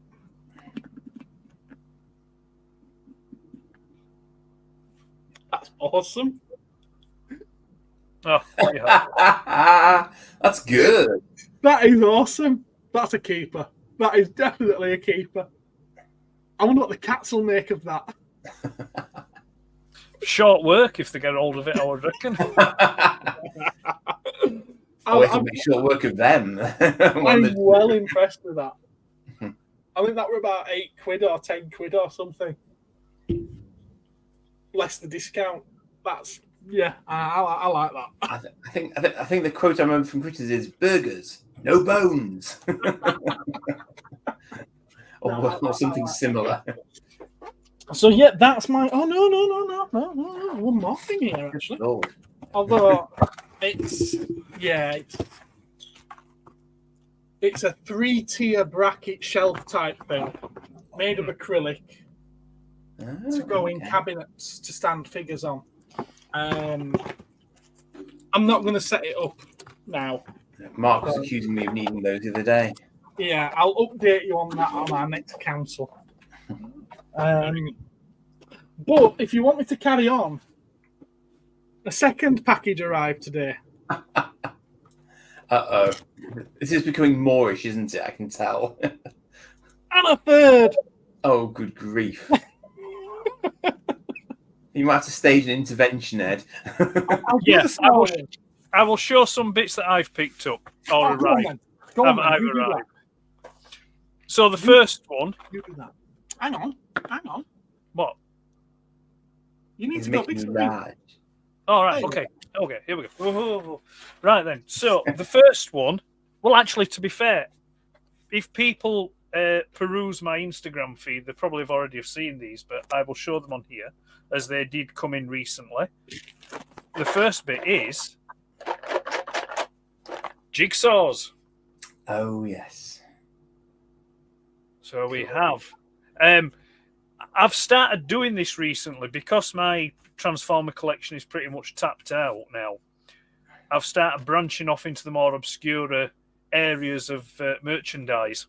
I mean, I've always had a bit of a penchant for it, but I've been indulging it more so at the moment. So I already have a few of the Transformer jigsaws, but I've got this because normally you only find these individually, but I found a retailer who was selling the set, and they were selling the set of 3 for the same price as what some people were just selling 1. And they're all complete, and so that's my favourite one because obviously it's Megatron. You can't beat a bit of Megatron.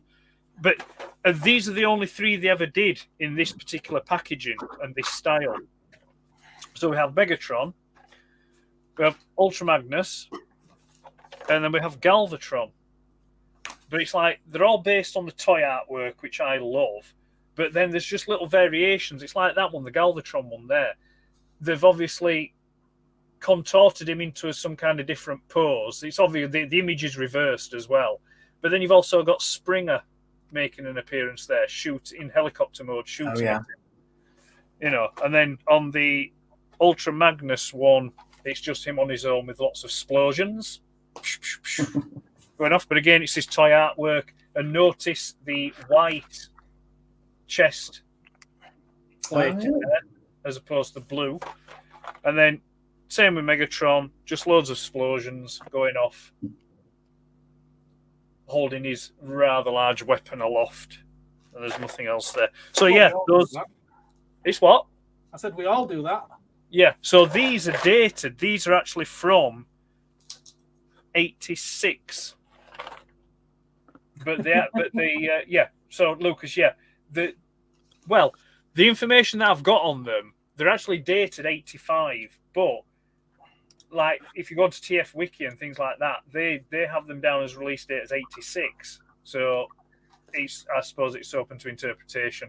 I mean, like I said, not everything that's dated actually comes out on that year, you know. So, but yeah, so those are the 3 jigsaws there. The next pickup was, well, it wasn't a pickup. This is another. I'll just quickly show that one as well again. Okay, send me that. Little game ago. Thank you. This was something that's Marc, our erstwhile council member who isn't here. He sent me something that I had very fond memories of from my childhood, and it's this. The talking Z Victor 4 police car by Palitoy. Wow. And he sent me this, bless his heart.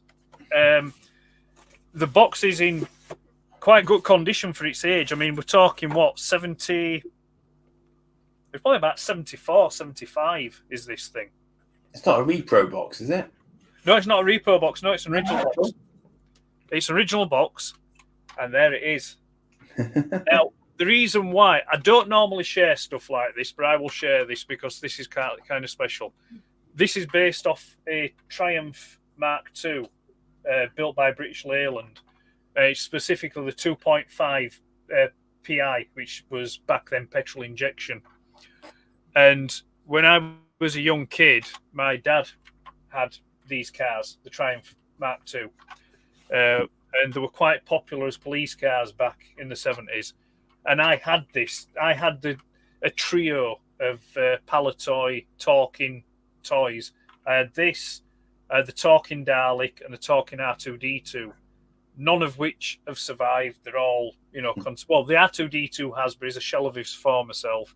So it was nice to get this back. But when Andy gave me, he said, unfortunately, it's not working. However, Mark. What did I just say? Andy. Did I? He's just looking at Andy. Sorry, yeah, Mark. Yeah, it wasn't working. So this morning, I had a spare half hour. Got it on my bench, and now it works. Ah.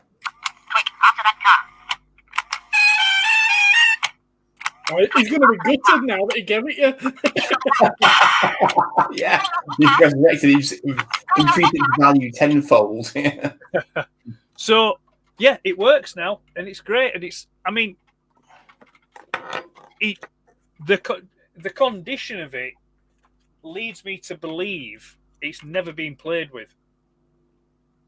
So maybe perhaps it is just something that was in a shop that was just stuck on a shelf and never bought, and then it just ended up wherever it ended up. Now, the voice, because essentially it's just like a little record that's inside with a needle and a motor. No, is it? You notice it's quite high pitched. Now, the only thing I can think of, the reason why it's so high pitched, is on the box. I mean, obviously, accepting this is from the mid 70s. It says to use HP7 batteries. which is the 1970s equivalent of what we now call the AA. Right. So Rather I'm too kind of powerful. thinking maybe the AAs of today may have too much power output than the old HP7. So I'm going to try and find some batteries that are a bit more run down and see if it sounds, because there's no tensioning wheel or gearing mechanism. It's literally the motor is attached to a rubber band is around the motor and straight onto the plastic record disc. If I'd have thought on, I should have filmed myself repairing it today, but Should have done that. Would have made for an interesting video. yeah, well, Yeah. it'd be right. Some things I like to just keep to myself. It's mine. It's mine. I want to enjoy it. So yeah. So The car or Ed? the what? Sorry. Oh, I've talked way too fast. You've got to keep up, Aussie Steve. You've got to keep up. So yeah. So that's I'm really happy with that. That works now. It sounds like it's Pinky and Perky that's in there, sort of like chatting away. But yeah, the box is lovely. I mean, it's like it's there, the cardboard. It's still even got the little insert that goes around. It's funny you should say that. The sirens. What do you normally find inside police cars? Pigs. Oh, that fell flat, didn't it? Yeah. Well, there we go. Yeah, there's the battery arrangement. All right. It's quite interesting as well. What I found as well with the battery arrangement, they don't have them in line, so you have both the positive and negative terminals facing the exact same way. That's the same on the Dalek as well. It's It obviously is, the same battery compartment. Yeah. The module in this is exactly the same as the one that's in the Dalek. Right. Okay. It's basically the only thing that's different is obviously the disc that goes inside. Now, if I remember rightly, I need to double check, but you know that Lego box we were talking about earlier? Yes. I think the talking disc, I think from the R2 or it might be the Dalek, is in that Lego box. Okay. So I might put it in here. Yeah. So we could have a police car saying exterminate. Cool. Right, what else we got? Okay, so this isn't a pickup, but this is something that I found recently. Well, it was last week. I was rummaging around some stuff, and it's something that I forgot that I'd had. But I'm glad that I found it, and I'm glad that I still have it. And although I have it on another medium anyway, but these are what I got years ago because at the point when I got these, this was the only way of getting them. And that is part 1 and 2 of the Rhino Transformers Season 2 DVDs. Cool. So I've Season 1 is in a box over there, which I have. But these two, I completely forgot that I had these. And I found them in a box in the shed, along with some other DVDs and Blu-rays.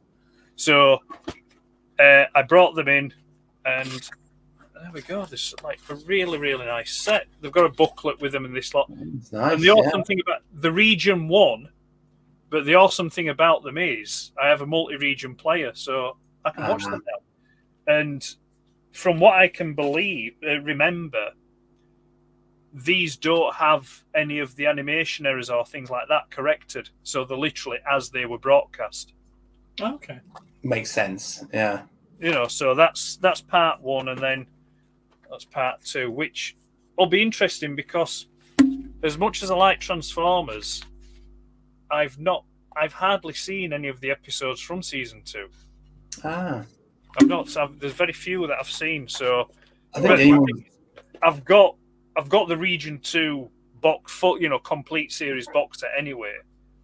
So I can watch that. But I think it'd be nice to pop these in and spin them up and watch them. But, I think Hasbro put the episodes on YouTube these days. Yeah. You can watch them all on YouTube. Yeah. You can watch on there. And then, second to last thing, I will show it. I might as well because I finished this the other day. This was a project that I was doing. I will be doing. Well, I haven't decided yet, but there's some parts of it. If I do a video, I will do a video of this. And I completed my Atmos project. Oh. Cool. So there we go. There's my Atmos project. Now, I won't go too much because, like I say, if I do end up doing a video on it, obviously I want to tell about it in there. But there was another microcomputer in the 80s called the Oric Atmos.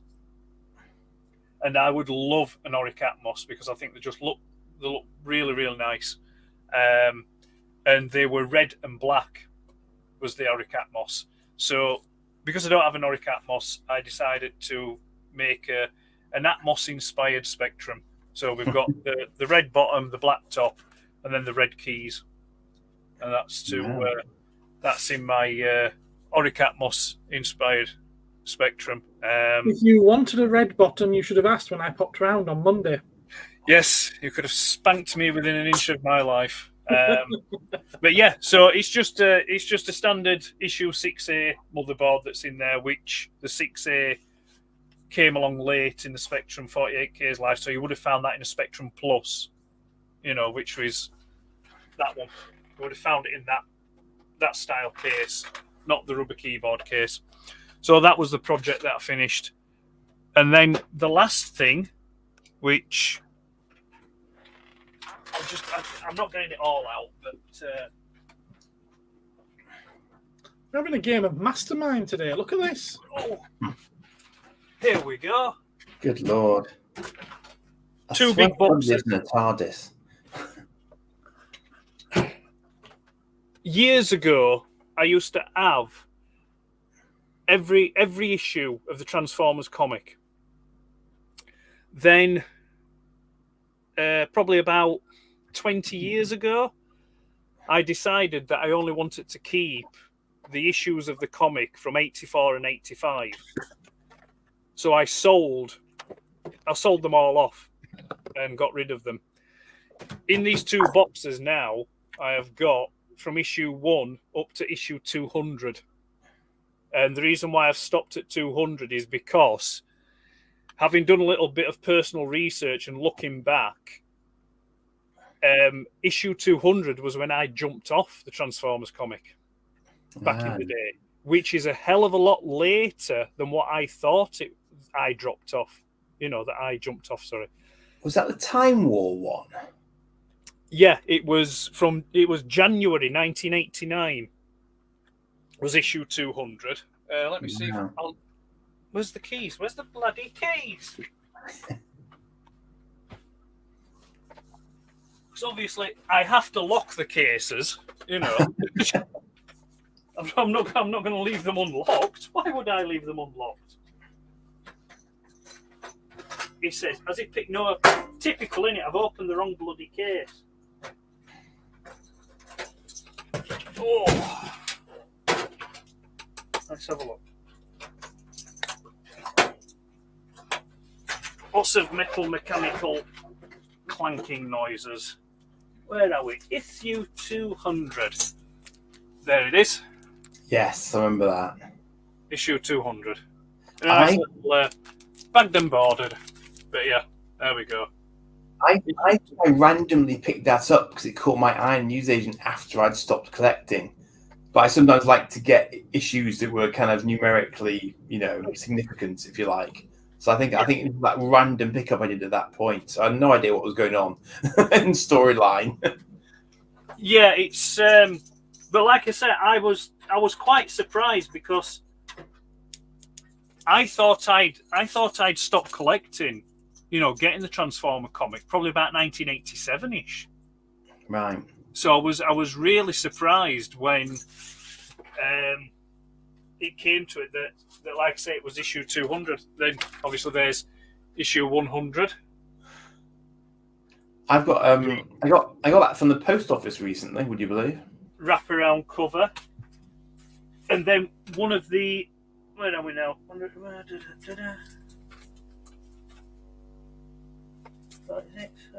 Lucas says that confession time. He never got into the comics. Shocking. You're missing out, sir. You are, especially Marvel UK comics, and then that one. That's the one that I always remember. Issue 150. and it gave us the origin of Unicron and Cybertron. Wasn't that because of Death's Head? Death's Head was about in this one. Let's have a look.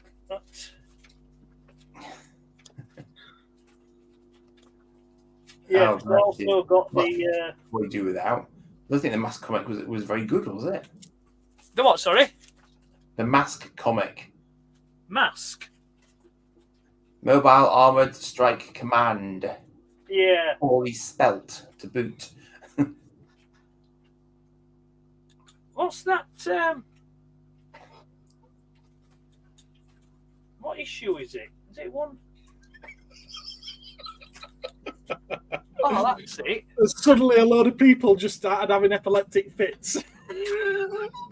Yeah, that's the one. That's the one that everyone seems to be going bonkers about, isn't it? Yes. Todd did do. Yeah. Yeah. First appearance of Death's Head. Yeah. I won't tell you how much I paid for this lot of comics, but it was certainly it was good schmutter, shall I say? Well, I mean, good. Well, I'll tell you a funny story from this week. I was it was a charities store. It basically said job lot of comics, you know, but it was basically it looked like complete run of Action Force, shed loads of Transformers, and probably shed loads of Spider-Man and Zoids as well. I did put a bid in, and the amount it went for, which I thought was my cunning last-minute bid, was actually like twice my cunning last-minute bid. Clearly, people thought there was resale value in that size of collection, so I was like, yeah, that's all right then, bye-bye. Yeah. So it's like, you know, they're... So yeah, so I'm happy now. That's another avenue of my obviously issue one there. I picked that recently. It's yeah, crap, very poor example of it, but it's UK comic, not a coloring book. UK comic, not a coloring book. But it could have the coloring book could have reused the cover. Yeah, you could have coloured them in, I suppose. Yeah, it. Yes, some kids probably did colour in them. Yeah. But, so yeah, that was that's my bits and bobs that have come into the vault since we last streamed. But yeah, so no, I'm the talking car and the comics have right cheered me up. I'm well chuffed with those. You know, because especially the comics, because that's I can rest on my laurels now with the comics. That's that area of merchandising done, because I've already got the annuals and all the collected comics and the specials and things like that. And I've also got my Beanos as well. So I picked up a collection of Beano comics. So I've got every Beano comic from 1984 and 85, along with I'm trying to think what. You're obsessed with those 2 years.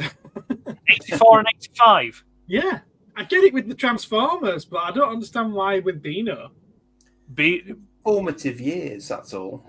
Yeah, 84 and 85 are two special years for me that I will never ever discuss about over this thing. Fair enough. It's only for my friends. I will discuss with my friends, but I won't discuss it with the unwashed masses. Bless you all. We've got to have some secrets, but no. But Andy's right. I think 84, 85 were, I suppose, in kind of terms of things that were going off with regards to toys and franchises. I missed your comments. Hello, Patrick. It was I think there were two quite influential years, were 84 and 85. You know, in merchandising and for franchises as well. You know, at that point. You know, so it's just, I think they're just 2 years that actually just kind of just stand out. You know. Well, yeah, I mean, definitely we got one of the Ewok movies, didn't we, in 85? Well, there are some downsides to everything. We didn't say why they stood out. Ed, quick. I think it was November last year. I only just watched those November last year. Bless you. And it because I think are they on? Is it Netflix they're on, or is it? No, it's Disney Plus. Yeah, Yeah, I watched them both, Thing, and it yeah. was like, yeah, I could see why I probably wasn't bothered about watching these when they first came out. But Hey, I was quite surprised to learn that they're set about 150 years after Return of the Jedi. And they're still talking about the Empire. Yeah, dun, dun, dun. yeah. Yeah, it's all like, 'cause it was, just like, such a large. So Wicket must be really old. Yeah. Yeah. Go on, Andy, quick, get your word in. You what? How many of the Ladybird Transformers books were there? Do you know? There was. Oh, was there 12? I think there were 12. 12 was it? I think there was 12. I will tell you. Just give me a second, Oldcock, and I'll tell you. I didn't realise there were so many, actually. Well, I've got 5 there. Yeah, I was thinking 4 or 6. There are 6 mentioned on the back of one of these, but I would defer to Ed's superior knowledge. So, well, no, just hang on a minute. Right, so you had 4 in the initial run in 85. You had another 2 in 86. That's the 6 I'm obviously aware of. Another 2 in 87. ah, So that's 4, 5, That's 6, 8 7. then. Oh, right, and then another 2 in 88. So, right, yeah, 10. 10. 10. All right, okay. Does that include the movie? Oh, 11. No, actually, no, I think, yes, it does. Just hang on a second. No, it Yeah, doesn't. So, yeah, I you've was got aware of the movie. Yeah. 11 including the movie. Interesting. But for some reason, they don't usually, even though it is a Ladybird book, the movie one isn't usually included in with, with like the main, because the other Ladybird books are like all original stories. I was going to say it's not a It's not a tie-in thing, which is, that's like a licensed. That would be like a license Yeah. for somebody else's. if I get my travel case out, and it has in there. I mean, there was that one, which was the Battle for Planet Earth, which was a twin cassette, but it didn't come with a book. That was just an audio-only story. Yeah, I've got some very. Wow. And then, like I say, you've got But yeah, the first 3. cool. And then you got the cassettes for them. Cool. Now the inlays, I made these inlays. These are custom inlays that I made because the Right. cassettes didn't come with inlays. And then you had it's not in here because it's too big, but then you've got the special. You've got this, you got the special teams audio, and I've got the book for that. Robo Lucas has mentioned the Choose Your Own Adventure books. That'll be them. Oh God, yeah, I remember those. I think. Wowzers. Was there a Dinobot one? Is one of those a Dinobot one on the cover? Yep, that one. Yeah. Yeah, I remember that. Wow. And you've got What's Optimus. Grimlock doing to that poor Triceratops? I think he's just trying to have a little nibble. Oh, Meet Grimlock hungry, and then you've got I remember that one as well. I think. Yeah. Yeah. the Peril from the Stars. And then what else? Gosh, I've forgotten all about those. I've got a Takara toy catalogue here. Oh wow. Full of stuff we didn't get. This is the 80. Yeah, this is the 85 toy catalogue. Is this? Stuck inside, he's asking, has anyone seen the second Dune movie yet? Nope. No. End of the week, isn't it? No. Anyway, take moving off. So yeah, so that's don't do that again. No. So yeah, So there was resounding no. Yeah, I put up Quiz the Council now because that was supposed to be a big part of this episode, and we're 2 hours in nearly, and we haven't really done that, have we? So get your questions in if there's anything that you want to ask Yes. any or all of us. Come on, quick! We'll go in a minute. Quick! Did you have any pickups, Andy? I have. Oh, we've got pick up. Show us what you got. Okay.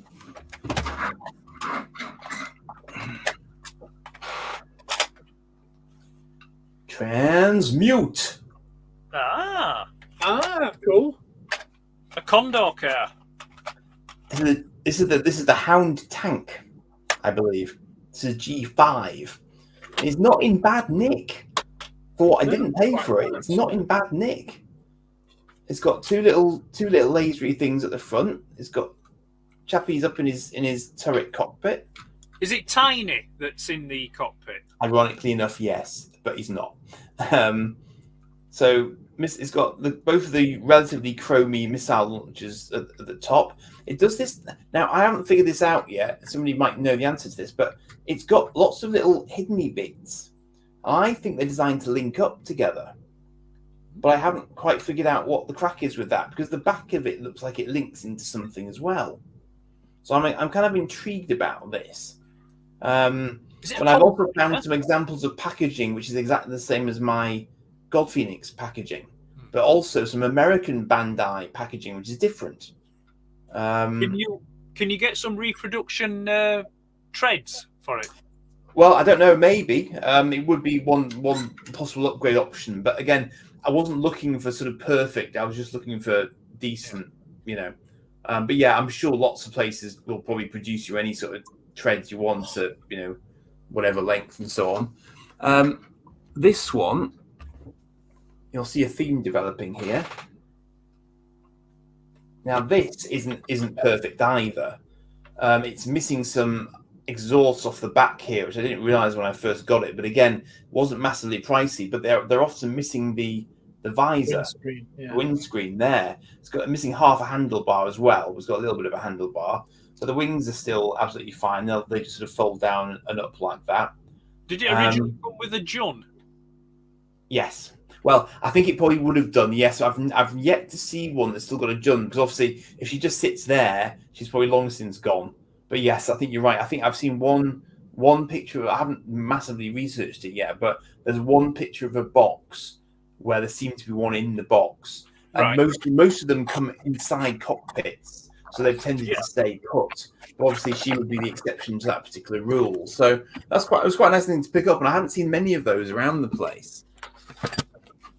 And then now you might know more about this one than I do, Ed. Well, it'd be Gareth, obviously, but Psycho. Oh yeah.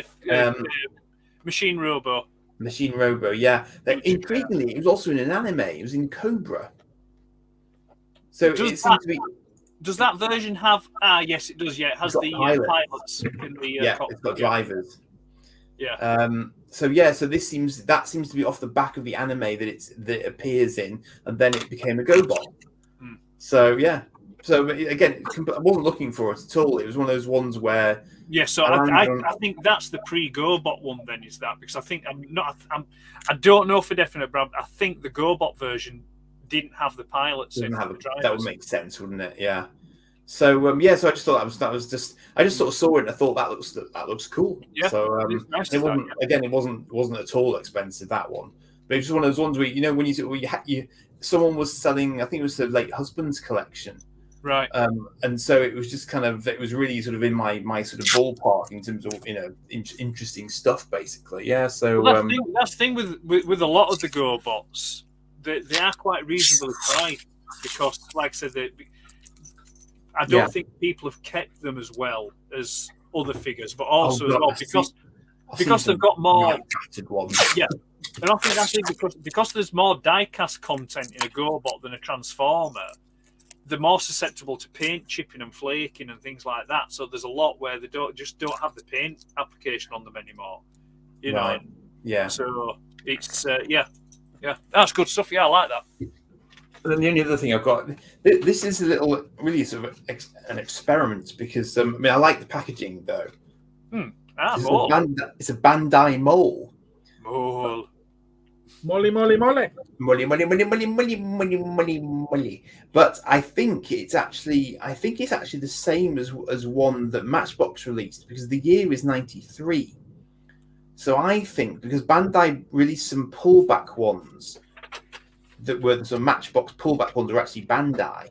So I think this is going to be exactly the same as a bigger mold that I've just picked up that was on a card by Matchbox. Okay. So I'll be intrigued to see if that holds up. But I was also just interested in it because it's got the Japanese packaging on it, obviously. So that'll be coming to a video near my channel pretty soon. It's an ST quality, so not a DX, but an ST. But yeah, it's cool. I'm definitely going down a bit of a Bandai Poppy hole at the moment. You are indeed, sir. I said you Say are again. indeed. Yes. Very expensive haul, I imagine. Well, it depends. So you see, I mean, the two that I've got there from Gatchaman. Poppy is expensive, but she is worth it. But the loose ones I'm picking up. Ironically, I asked the lady how she came to have the Hound tank, and she basically said her mum had spotted it in a charity shop. Would you believe? I said to her, "Well, your mum's got a good eye then, because it was in really nice condition." But why on earth that would be in a charity shop, I have no idea. But because they put it on a bid rather than a buy it now, bizarrely, I put a bid on it from North Wales. I remember very clearly where I was when I did it because I just got it. It was one of those things where I've seen them from time to time. Obviously, as you know, Gav, I asked you about the Condor one. You did, yes, yeah. Because there ain't many of those around either, so it's going to take me a little while to get a full set, I think. But that's what I'm going to aim for. There's a couple I've got my eye on, but the prices do range from the sublime to the ridiculous. It has to be said. There's one example of one that's loose that I could actually get cheaper in a box from France. So it's like, I think some people obviously just think they can, people won't check or whatever, as is often the way on eBay, and they'll just try and see what they can get for it. But unfortunately, I'm a bit of a research maniac, so I'm not about to. Hopefully, I won't ever pay a stupid price for something. But is that why you don't visit me very often? I blame the public transport system for that. It will take me 35 minutes to get from here to Leeds, and then 10 minutes to get from Leeds to Dewsbury. Why don't you just drive? Just drive. Yeah, but you say that, but even driving's bloody silly as well, because then I've got to park. I mean, I can do it, but for the distance it is, it shouldn't take me anywhere long as it does. But I am going to go and visit him on Saturday, and he knows that. I've told him he's having to go at me, honestly. Right. Well, all you do is when you get to Dewsbury, just park up Willans Road and then just walk down into Dewsbury. You don't have to pay for parking then. Is this an in-gag that I'm not getting? No. It's just Willans Road is just a road that's off Halifax Road. There's no double yellow lines on it at all. Just park there and walk into town. Okay. Don't have to I was pay for going to parking. tell them where it is as well then, but I'm not going to do that in front of everybody else. This what, sorry, guys? I was going to tell him exactly where it is in relevance to somewhere else he's been, but I'm not going to do that on air. Why? Where else has he been? I'm not saying on air. Oh, he's been there, has he? He's been there. Well, you do get clean, fresh towels. Yep. And a lovely massage. Certainly do. Yes, I'm glad I caught myself. Yeah, I'm trying to put together this stand if you hadn't figured it out. I had figured that out, yes. I could see you stripping protective plastic layers off things. Yeah. I thought you were sellotaping it together. Probably be easier. Anyway, has anyone asked us any questions? No. Oh. Well, that would have wasted a bloody time, wasn't it? Patrick asked us one. Have you? Have you ever heard of a cartoon called Captain Future? I haven't. No. I have. It's got an X-wing, an X-shaped spaceship in it, I believe. I think it's French originally. So I think I know of it. Captain Future, no. I've heard of Major Past, but not Captain Future. I got that. I see what you did there. Yeah. You saw what I did there. You saw. Oh, look. Robbo Lucas has been inspired by you, Andy. Marvellous. But I have he's also had a question. Well, come on then. Was there a question? Tiger likes out.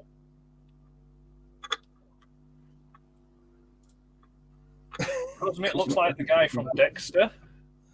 I like how he calls me Cosmic. He actually knows me personally. And then I am sure I had this as a kid. Is that your question, Lucas? Lucas says that the bike reminded him of something.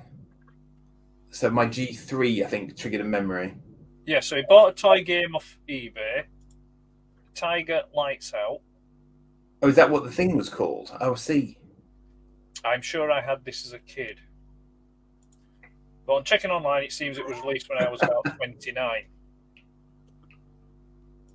I'm 20. thoroughly confused now. 20. It's like a reverse auction. Thoroughly confused as well. Any lower bids than 20? I still have my watch game, but again, it's packed away. But it's the Bandai Zaxxon. Done. Nice. Dun dun dun. Yeah, I still have that, and I remember when I got that as a kid, and it drove my parents crackers. You know, because can't you play that without sound on? And I'd be like, no. I remember having a little Autobot watch that flipped open to reveal the time, and closed. It was an Autobot insignia. Yeah, Time Warrior. It was. Oh, it had a name, did it? You collected coupons or robot points. You had to write off for it, didn't you? Yeah. Yeah. You did indeed. Wow. There we go. A 3-tier It's system. all right. It's not bad. It's easy enough to put together. I still wish with these that they would do them with a slightly larger step. You know, because I suppose Otherwise, they're great. things overlap.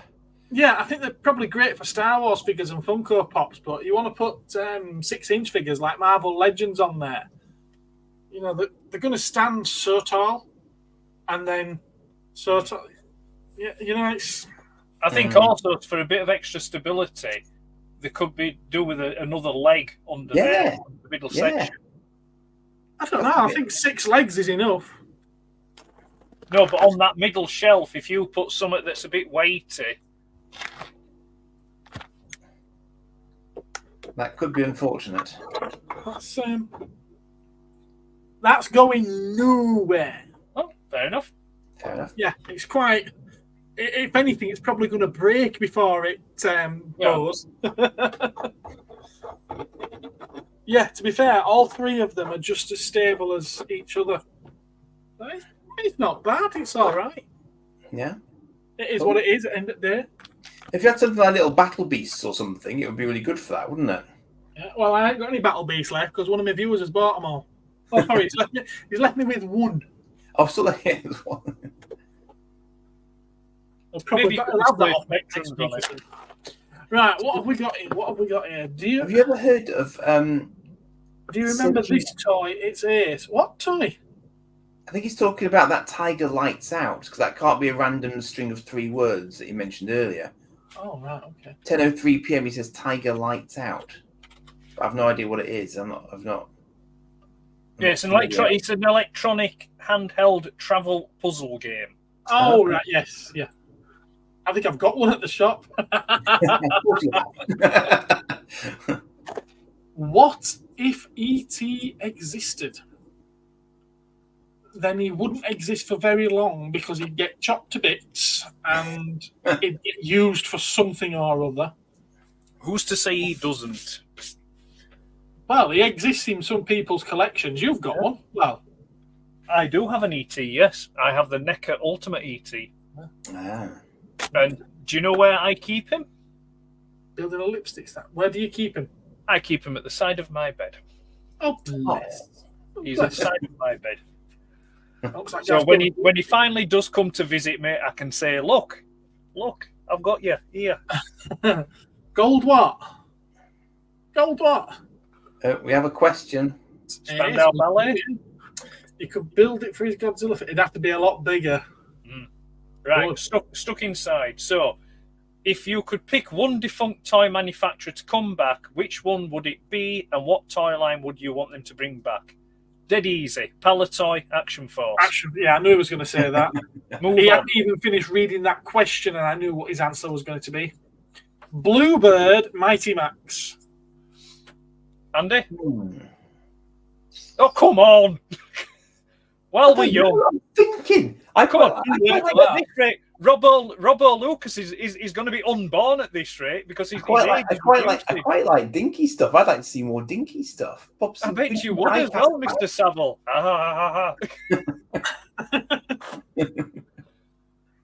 Dinky. Robotics, says Robo Lucas. How about what like Speed Kings? The Matchbox Like all Speed sorts. Kings. I mean, they did. I mean, no, that was Matchbox, wasn't it? Yes, that's what I just said. Matchbox Speed Kings. Yeah. Well, I mean, they would certainly have been a good successor. Yeah, definitely. I mean, I was thinking Ertl as well because I mean, I've always loved the Ertl stuff that was produced. And technically, they still exist, Ertl, in theory, but they're just doing the farm stuff now. Yeah, that's a cracking question. Is that stuff? It is. Who's It's a good one. It would be a good one for another council, actually. Yeah. So robotics from MB Games, wasn't it? That did them. Yeah. D's nuts. Hello, D's nuts. Any sign of my shoplifter recently? No, he's not been anywhere near. Wonder if he's seen that video. What do I mean? It's stuck inside. I didn't say it's stuck inside. This guy's name is stuck inside. Robbo Lucas has made a good point there. Tonka and GoBots. Tonka? I thought they were Bandai. No, over here it was Tonka. Originally. Okay. Bandai probably picked up. Did Bandai end up distributing them, or did they buy Tonka? No. GoBots and Machine Robo was Bandai. Over here, Tonka had the rights to distribute them and sell them over here. Oh, okay. So it was distribution. But it was still Bandai that made them then. Yeah, it was. Yeah. Bandai originated them, and it's just that Tonka had the rights to distribute and sell them and market them over here. And then when Hasbro bought Tonka, they somehow got the rights to GoBots, and now Bandai can't do anything with them. That's strange, isn't it? Yes, very strange. Odd. Yes, that's a very complex strange. licensing web there. Yes. Yeah. So that's why you've not seen anything GoBot, original GoBot related for many years. Does that not mean that? I mean, GoBot should be third party by now if anyone would bother to do it. Yeah, I think it's Action Toys have been producing some, third party GoBot action. I had one years back, but I sold it. They did well, no, it's not. It's not Cycle. I can't remember the Renegade. I think it's the Renegade Leader they did, but they also put an alternate swap out face for. Let me see if I can find it because I did do. Renegade was the female car, was she? It's what? Was Renegade the female car? The evil What's the female worst car? thing you've ever done to a toy? I was always quite respectful of mine. I used to stick the noses of my Space 1999 Dinky Eagles into fire because they were metal, so they didn't melt, but they did get a good re-entry effect. The paint probably didn't stand up well to it. Yeah, well, I probably didn't think that one through, but I was little.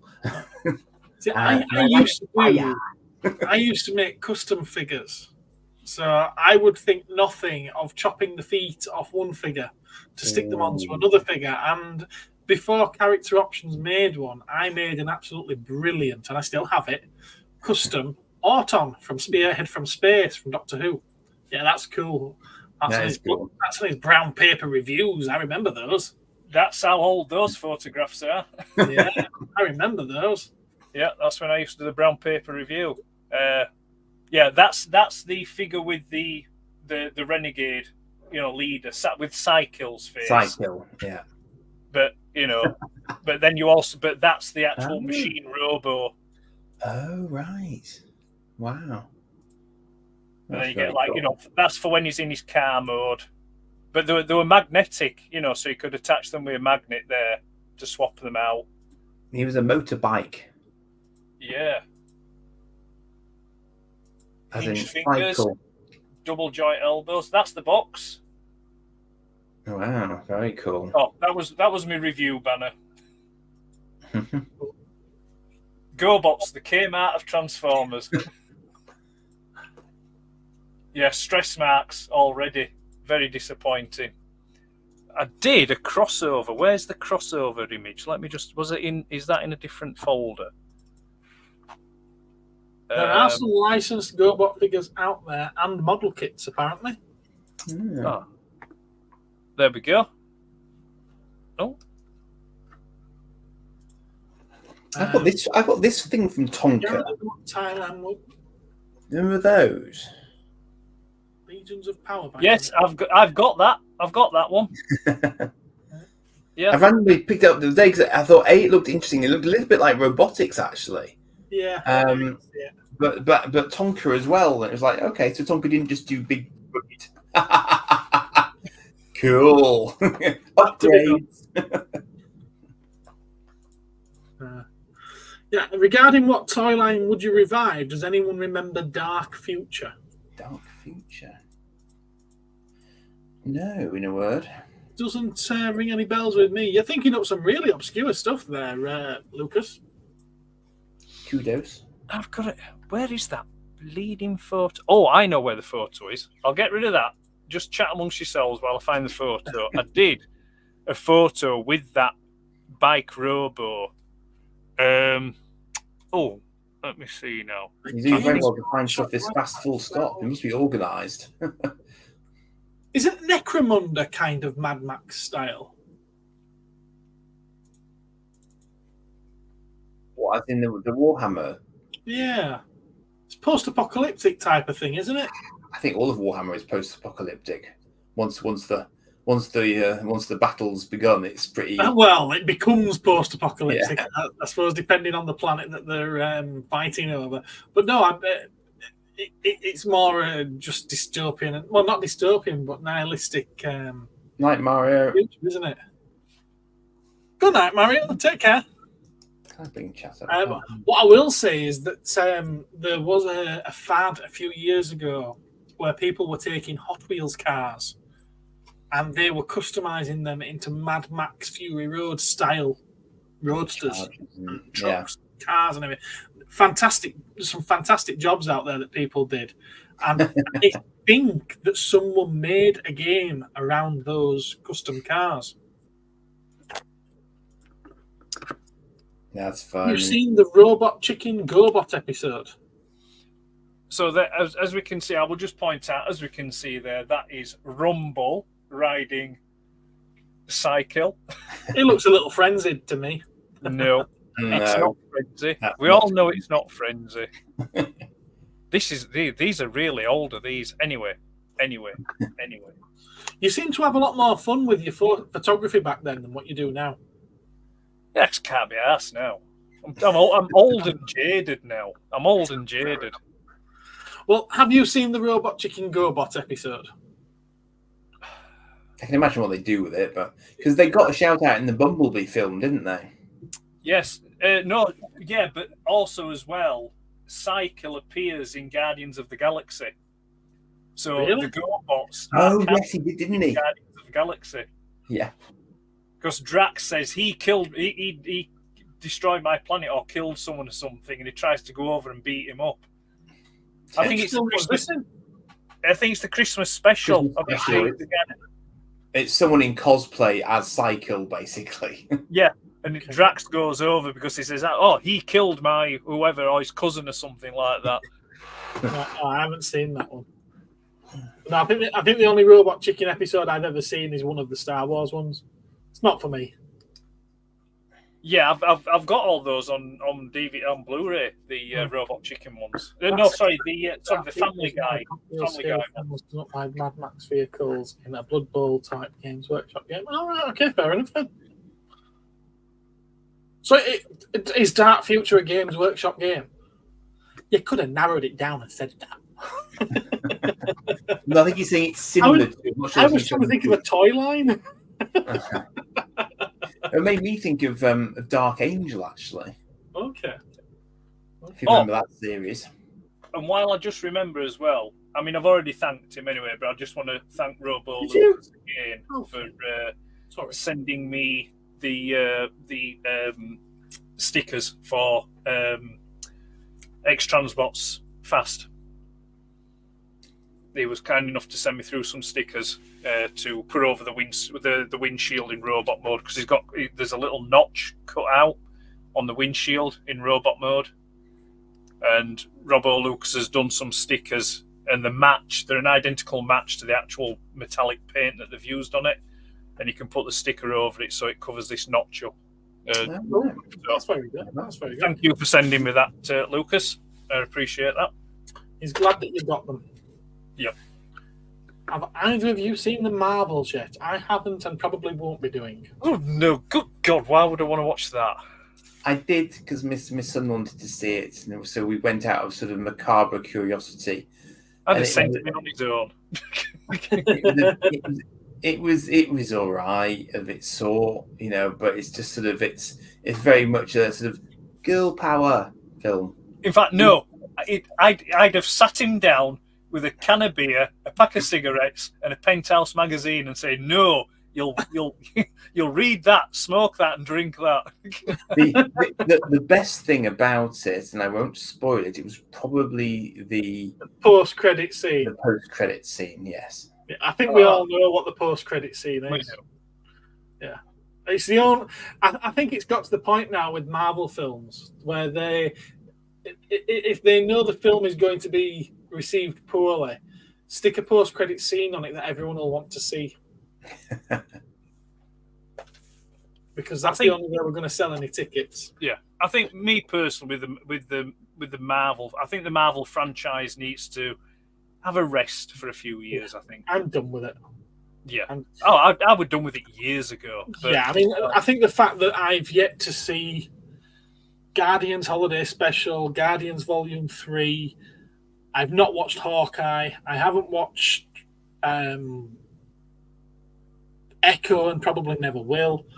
I haven't watched I Am Groot or whatever it's called. I haven't watched Secret Invasion. What else has there been? I haven't watched the What Ifs. No. I tell you what, I did watch today. Okay. And the What Ifs are good, actually. It's what? The What Ifs are quite interesting, actually, because they're animated. The only one I enjoyed was the zombie one. Yeah, a friend of mine told me that a good one to watch if you just wanted a bit of fun was the Thor one. And it made me watch it with him. I thought it was a steaming bag of poop, so I didn't even want to watch it. If that's the best. But yeah, today I watched The Walking Dead, Those Who Live. Okay. And The Walking Not So Dead. Yeah, and it wasn't bad. Okay. It wasn't praise from Ed. Yeah, it was high praise from Ed, isn't it? Yeah. The thing is that I am a big fan of The Walking Dead up until probably, I think, me personally, I think the Walking Dead started losing its way probably around about the time of The Governor, maybe just after the season Governor. 3. Yeah, it kind of like it started going a bit off. It certainly dipped in quality after the binned Frank Darabont, but there were still some good episodes, and there were still some good, things like good storylines in it. But it started going. You could see it start going down and down and down. I mean, I've not watched. I think I stopped watching it at season. It was the end of the all-out war when I stopped watching it. So when they defeated Negan, was that season 7? Was it? Was it season 7 or season 8? Well, I never even saw. I've never watched it. Right. So that's when I jumped off. The first series of Fear the Walking Dead was okay. I didn't mind that, but again, that then soon went. And then I haven't seen any of the others. Spoiler. Yes, that was a huge mistake they made by killing Karloff. Huge. That was two of the big bugbears that I had with Walking Dead. Allowing Judith to survive and killing Carl. And that was, I mean, because there was, I did catch a couple of episodes in the later seasons, and they had Judith. I think at this point would have been probably about some nerds. She was about 8 or 9 years old. She wasn't old. I think she was only about maybe 8 or 9, 10 at the most, 10 years old. And they had her using Rick's Colt Python. You know, stood there firing this big Colt Python. It's like, no, just no. It's like the physics do not work. no. That little girl would be having a severely broken arm. You know, it's, but yeah, it's, but that's the thing. I mean, I do like me zombie franchises and me zombie films, but the thing that amazes me throughout them all is once you become a zombie, how soft your skull becomes. It's like I don't think people actually appreciate how hard it is to actually break a skull. It's like really hard. You know, I've never tried. No, I'm just talking hypothetically, of course. Shit, it's the Rozzers. I'm off. And especially trying to stab a skull. It's just like, no, it's just not. You know, it's really difficult. But anyway, sorry. Yeah, that was that. Is there any more questions? It wouldn't be so bad if they always seem to get them in the right places, like, say, the ear, the temple, or the eye. Because obviously those are 3 weak spots that you would be able to stab, you know, with a good swing. And it would have the desired effect. But no, it's like when they put a boot goes down. Maybe zombies don't drink enough milk, so their bones get really weak. Is that right? Yeah. Well, I just think of all these bones that people dig up that have been buried for centuries, and they're still rock hard. Yeah, the walking osteoporosis. I've got to, Joe. I agree with you. Cockneys versus zombies is good. Why don't they call it the stumbling slightly alive or something? I mean, you know. Yeah. It's funny that film. Yeah, but no, I mean, I enjoyed the comic. I haven't completed my, what they call them? Are they the compendium? Not the compendiums. What are they? The collection trade paperbacks, the graphic novels. Yeah, the trade paperbacks. I think I need to get up to the end of the Negan one. Is that volume 13 or something? Is it volume 14? I think. That's only halfway through. Not even halfway through the run. Yeah. There's 32 volumes. Yeah, well, I just wanted to collect up to, you know, the Negan arc, and then I've done with it. But yeah. Did you ever watch a show called Falling Skies? Yes, I did. Yeah, the Ashfeni. No, I watched Dark Skies. Yeah, I remember Dark Skies as well. Yeah, Dark Skies was good. Falling Skies. See, I had a period of sick leave, and I watched all of Falling Skies, but it really sort of jumped the shark. I think about season 3. It seemed to just go a bit off the rails. I think towards the end, I think they've run out of ideas. I think what did it with Falling Skies is they did the first series, and then they had a couple of year break. I think there was a quite a big gap between the first and second series, and then they came back. Oh, right. And it just went. Yeah, I think they just lost the plot with it. You know, because they did a really good story arc with the character of Pope. Yeah. And then in the last episode, they just completely and utterly undermined it and turned him bad and evil again. And it's like, sorry, did you just say that Poe had a really good story arc? Pope. Oh, I thought you said Poe. No, Pope. I was going to say, well, somehow Palpatine survived. There we go, Lucas. Right, fast zombie. Yeah, the thing with fast zombies is they're not zombies. That's a rage virus. Is that a zombie shambles? That's it. You don't have running zombies. The zombies got a shamble. But I did like Zombieland, though. Is it Zombieland? I'm thinking of that comedy film with zombies. Yeah, Zombieland, yeah. The first one's good. The second one's terrible. Was it 28 Days Later that introduced them, or was it Resident Evil? The rage virus style. The fast zombies. Yeah, you had fast. Well, in the Were they in the Dawn of the Dead remake? No, the Resident Evil games have shambling zombies up until I think it's Resident Evil 4. Then when you get the last Plagas, they run That's a bit quicker. later then. That's later. That's a bit later, but the original Resident Evils, they're like shambly zombies. I'm trying to think whether if there was anything before the 28 days later with the rage virusy kind of zombies. Well, Resident Evil's rage virus, isn't it? Resident Evil's like the T virus, yeah. But, yeah, same thing. But it's the way. What I'm talking about is the way to define a zombie, as in a zombie shambles, a rage virus zombie. They run, kind of thing. Yeah, they're the quicker ones. I'm just trying to think, when did the Dawn of the Dead remake come out? I was just thinking that the Snyder one. Yeah, did that come out before 28 days later? Because the run in that, the move quickly in that one. 28 days later. 2004. 2004 for what? Dawn of the Dead. Right. And when 28 days later? 2002. Right. Right, so 28 days later. Could well be then, yeah. Yeah, that could be the originator of the rage virus. Because, like I say, in 28 days later, it is more like a virus because Brendan Gleeson's character, he gets the droplet of blood in his eye and then it turns him and he then starts going and so like munch and chomp and things like that. We have it. I'm guessing that Dice and Some Nerds hasn't been here before. I'm guessing so, yes. Yeah. Yeah. What do you guys collect? We collect spores, molds, and fungus. Yeah. We collect the souls of fellow collectors that ask questions in the chat.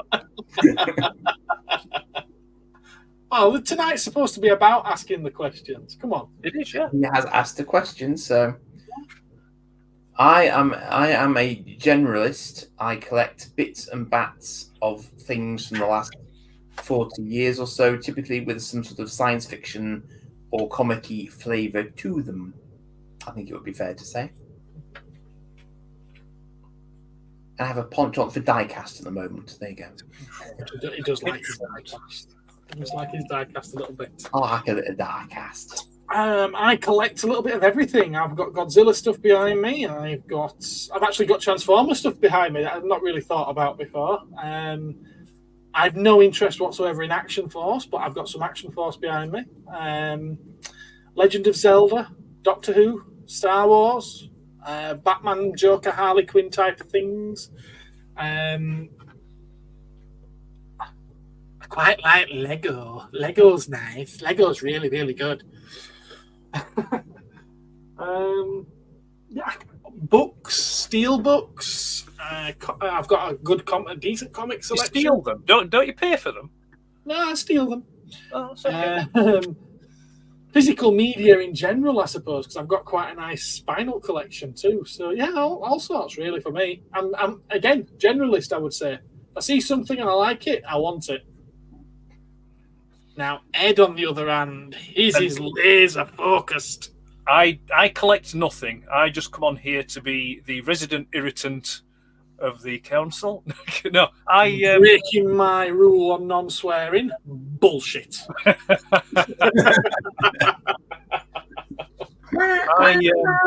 Swear alert. I've one or two Transformers. Quite modest collection, really. And I have a small collection of quite famous 1980s microcomputers that may have been a small collection. You've got more than anyone else in the world, probably. That's the thing. I haven't. I know people that have far more than what I do. Scary. But yeah, no, I collect Transformers and I collect anything or most stuff related to the old ZX Spectrum by Sinclair Research. That's me. There are other bits and bobs that I pick up that I do collect, but not to the degree of what, the main two things that I collect. And that's me. That's me.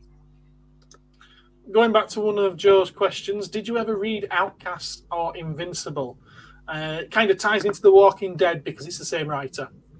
I saw the TV show Outcast that had thing in it, didn't it? It had Philip Glenister in, who played Gene Hunt. It had him, and it was a shame because that got cancelled after was it the second series they cancelled that, or was it the end of the first series? It got a second series, did it? I didn't know. No, actually, I think they cancelled it after the first series, and it was a shame because it was really good. It was really good. Often the way.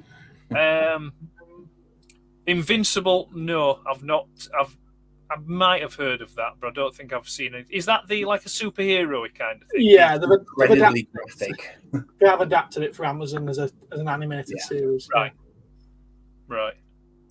28 Days Later was 22 years ago. Wow. Yeah. Oh no. Oh no.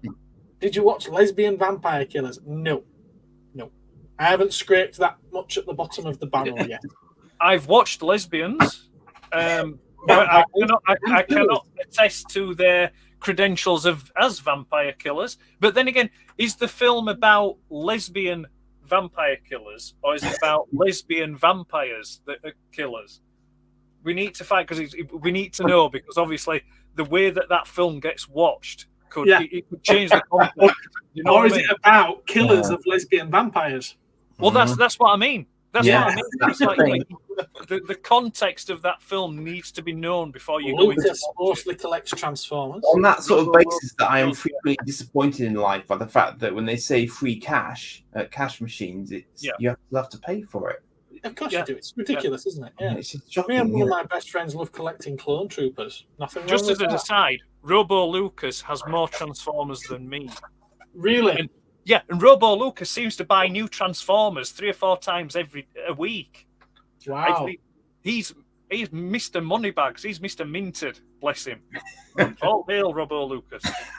and the bugger takes better pictures than me as well.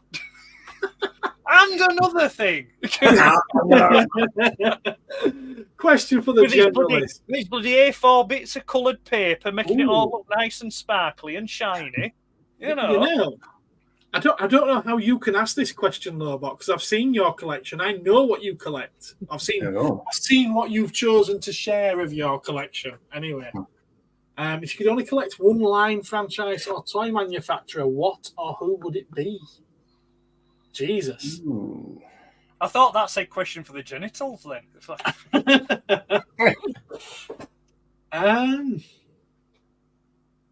Andy's going to go with Eagle Moss Star Trek ships just because of how many he's got.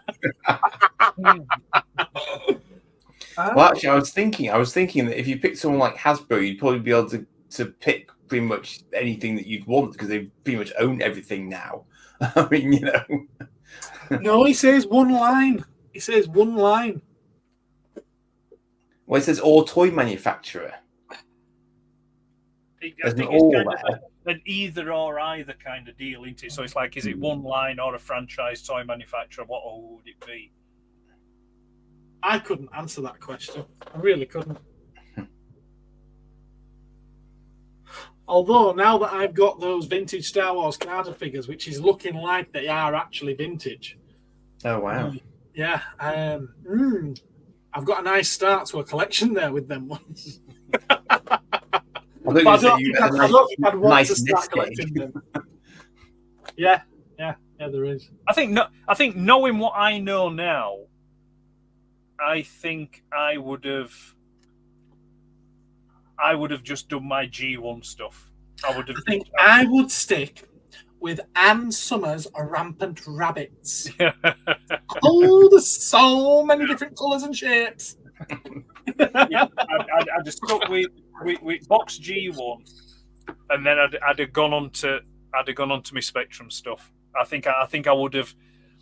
It's too late to quit Masterpiece now, but I think in hindsight, looking back, I think I probably maybe shouldn't have gone on down the Masterpiece route. You know, but you know, we do what we do. Basically, James Gordon kills that. Well, you've just put me off watching that film altogether if James Gordon's in it. Well, what he ought to have done is ought to have made a cordon round them, so then they couldn't get out. There you go. He's flipping it to you. Transformers or Spectrum? Spectrum. Actually, yeah, Spectrum. Yeah, Spectrum. Yeah, I knew that one. Yeah, Spectrum. I only post one unboxing per week. Falling behind with my photos. I've been too busy making furry chest sticker. What? Fury. That Fury chest. chest there. Sorry, that's mine. He's getting Fury. It's furry. You've got a furry chest. Have you ever watched any new Channing Tatum films? That's random. Has he done any new films? No? The last film I watched that had Channing Tatum in was that. Oh bloody hell! What they call it now? It's like an apocalypse, end of the world film. It's got like Seth Rogen in it and Danny McBride and James Franco. And... I think I know which film you mean. I didn't even know that he was in it.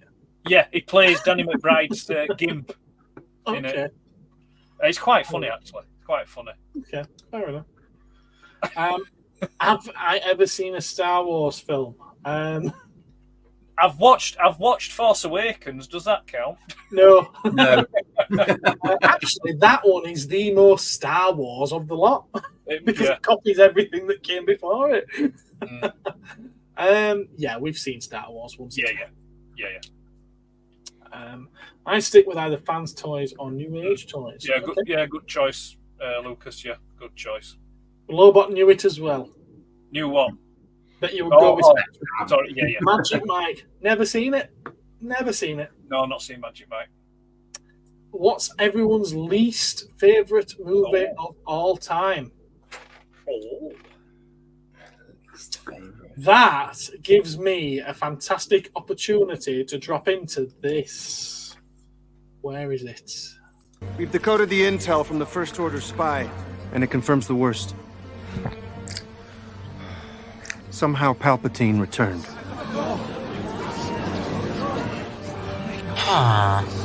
Flashback.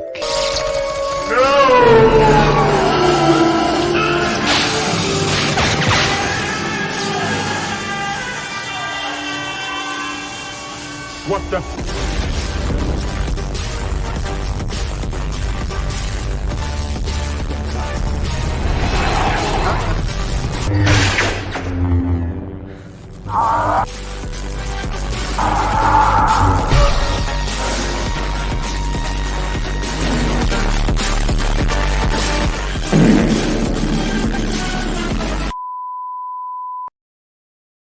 Somehow Palpatine returned. It's so dumb. It's so dumb, it's brilliant. No! It's just dumb! I stumbled across that earlier and I was like, I've got to prep that to share it because it's brilliant. No, it's just dumb. I'm going to go with least favourite movie of all time. I wouldn't say it's my least favourite movie of all time, but it was like I was bought this as a Christmas gift years ago. And I'd not seen it. And I put the DVD in, started watching it, and I was just like, what? And I ejected it. I took it to the shop, and I swapped it for another DVD. And that was Mission Impossible 2. Oh, okay. I wouldn't say it's my least favourite, but it was just like, it wasn't. But I don't know. I find that a really difficult film because it's like, a difficult question for me personally because I think even in some of the worst films that you watch, there's still some positives that you get out of them. You know, I can't say I've ever seen a really truly awful movie. You know. Are you sure? Huh? It looked nice. Yeah, it's got saving graces, hasn't it? You know, it looked nice. I mean, the rest of it was absolutely atrocious and awful. Worst movie? Circus. I've not seen that one.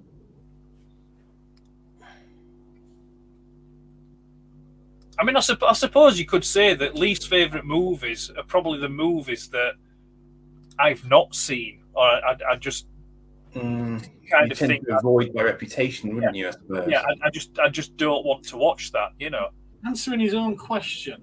Oh, Ghost Ship. Yeah, I remember watching that. Yeah, 3. I don't think I ever saw it. it's about a ship with ghosts. Yeah, I'm sure it is. This is going to be quite. No, I can't say it's my least favorite, but the one that I have the least enjoyable time watching, even though it's got some fantastic special effects, scenes, music. It's got a lot of things that should make an outstanding film, but I have a really bad experience every time I watch it, and that's 2001: A Space Odyssey. I was wondering if somebody was going to say that one. It's just so long. Nothing actually happens in it. It's art, darling. It's art. And then the end of it, I feel like you've got to be on drugs to actually watch it. They probably were when they made it. It's literally like our background for 15 or 20 minutes. Yeah, I remember. Yeah, it's the main character evolving to a higher level of being.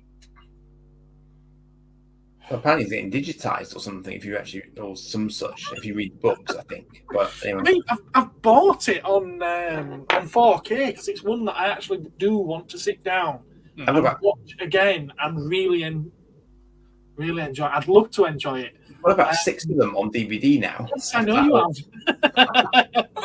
But yeah, apparently the 4K cut of it is really, really good. So I do want to give it a try, but. It's a beautifully filmed film. I mean, Well, and then there's Carry On Columbus as well. That is really, really, really bad. Well, I can think of some that are in. Not seen it. I know of it. I know some that are in. Franchises that nearly kill the franchises. Things like. I think was it Superman 4? Oh, Quest for Peace. Yeah. That's quite awful. Star Trek 5, Alien 3. Sort of purely because the other ones around them are so strong, they just struggle. I mean, I can think there's some really wonky sci-fi ones that I watched where they were kind of reusing footage from other films and stuff. Nice one, Lobot. Did you guys ever collect playing cards? Do you mean playing cards or trading cards? No, I did. I have a really nice, I think it's in the drawer downstairs. There's a really nice Ace of Spades and a Jack of Diamonds in a drawer downstairs. I know they are there. Top trumps. Didn't actually collect them. Top thump. Talking about his ACDC stuff and whatnot. No, I used to have. It would have. I suppose it would have been a late 70s thing. I had quite a lot of Top Trumps sets as a young kid. I have one downstairs, which is me dinosaur Top Trumps. I still have that one with the models that they used for the Top Trump set is ones that they used for a book, and the guy that made the models is a guy that did stop motion work with Ray Harryhausen. Oh, lovely. So there you go. That's a little. Yeah. But yeah, I had like the horror Top Trumps. There were 2 sets. There was one with looked like Christopher Lee's Dracula, and then there was another one with like a Reaper or something on it. I had those, and then but with it being like the late 70s, I had a lot of Top Trump sets that had like jet aircraft and supercars and sports cars and wagons as well. Scammels and Seddon Atkinsons and stuff like that. I got one in this week, which is Scramblers. All right. Yeah. The only good part is the first 10 minutes. I'm guessing that's of Ghost Ship. I think so. Circus is a weird gangster movie set in Brighton. Walked out of the cinema. Fair enough. Oh dear. And last comment there is I have original horror sets and cowboy Top Trumps. There we go. Oh, excellent. There you go. Worst film ever seen has to be Godzilla 2014. Really? That's the worst film you've ever seen. You've just been talking about lesbian vampire slayers and Cockneys versus zombies. I don't mind the 2014 Godzilla. It's not a bad Is he film. thinking of the 2000? Is there a 2004 one? What was that one with that? The Matthew Broderick one's 1997. Is it But even early? it's still not a terrible film. It's a popcorn. Oh, sorry, you're right. Sorry, yeah, that's the one I thought he meant. No, I thought he meant 2014 is the one with Bryan Cranston in it. Oh, it's not bad. It's not a bad Is film. that? No. It's not bad. Is that the one that when they introduced? That's the worst film you've ever seen. Sure. I mean, like I said, the Matthew Broderick one, I don't mind that one either. That one's all right. No, we don't. I don't. I think it was one of those ones that that was a bit overhyped. I think that was quite the worst thing. It was overhyped and bad. It's got a great soundtrack to it. Jamiroquai did the soundtrack. Oh, that's an awesome soundtrack, is that? Have we ever seen the game D&D? Dungeons and Dragons. Dungeons and Dragons, yeah. I sell pieces of it. Yeah. I'd love to get an original copy of Dungeons and Dragons. You know, the first one, the red box by TSR, and I'd love to play Dungeons and Dragons. You know, I'd love to get that. I've played. Well, I'm saying this. I think it was proper Dungeons and Dragons. I played it once. In which I think I inadvertently shot one of my team. I misfired and I shot, but I think I redeemed myself later on because fortunately there was a healer in the team, so that was all right. But it was like, cool. I've never played it. I'd like to play it. I think we're on fifth. Is it 5th edition now, which is supposed to be one of the best and easiest, or rather not confusingest way to play. I think Stranger Things has probably given it a boost. Oh, as well, Stranger Things has given it a boost, definitely. Yeah. It's introduced a younger audience to it, for definitely. Yeah. It's that whole thing about kind of like, you know, you make up the games and like, you know, and you decide how it goes. Yeah, I'd like to, because I can remember seeing it as a kid, you know, on the shelves and stuff, and it being advertised in the comics and things like that. Yeah, in the comics, big time. Yeah, definitely. You know, but the American comics. Yeah. He's a DM and he's run a couple of games. It's fun. Oh, cool. Does he do them online? If you do them online, then yeah, well, we might have to navigate. You have to nursemaid us into that. But yeah, I'd quite enjoy having a game of Dungeons and Dragons. I'd look forward to being very, very thorough. What do you think of Junior? Juniors or Junior? Junior, are we talking the Arnold Schwarzenegger one here? Yeah. It might be, yeah. Third worst film ever. Oh, my word, George. I had a lot of fun watching that. I've never watched it a second time, I'll grant you, but I had a lot of fun watching that. It's not a film they'd be able to release now. You know, because it was a big deal about a man being pregnant back then in that film. It was special and couldn't happen. Now it happens almost every day. No, it don't. No, it don't. No. If they say that they are men, then they are men. Men can't have babies. No, I've never run a game online, he says. I say he, I'm assuming it's a he. Sorry if it's a she. Especially after what I've just said about the pregnant man. But yeah, sorry. Right, okay. I think we're pretty much coming to the end of this, aren't we? Or do we hold on for another 6 minutes, 6.5 minutes, so we get 3 hours under our belt? Yeah, why not? Come on, someone fire in some last-minute questions. I'm a boy. You know, I had a funny feeling that you were, and I also have a funny feeling that you're of the younger age. Are you a boy? Do a boy and not man boy as well. Or do you have strings? Yeah, if you're a boy, you should be in bed for school. Come on. I got no strings. Can you please use capital letters at the beginning of your sentences? Oh, don't be cruel. Don't be cruel. I'm being educational. Shut up. 13. Yeah, I thought so. I thought as much. Bless you. What are you doing at school at the moment then? What are you... I have a better question. I have a better question. How How did the 13-year-old find us here now? Homeschooled. All right. Okay. Yeah. How was a 13-year-old found? How have you found? Yeah. How have you stumbled across us? I'm guessing YouTube algorithm recommendation. Probably. Everyone's favourite movie. This one could be interesting. Ooh, favorite movie.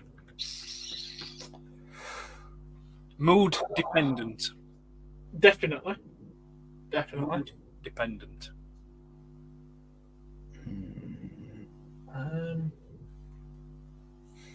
If we're allowed to count trilogies, I'd probably go Lord of the Rings. Because that works as a film, as one long, continuous film. It doesn't really work Getting a as... strange sense of deja vu. Yes, actually. Yeah. This is that. As soon as you said trilogy, I went. Yeah. But if we're going single movies, probably the first Back to the Future film. Good shout. Good shout. Good solid time travel flick. Yes. Holds up today still. Cracking soundtrack.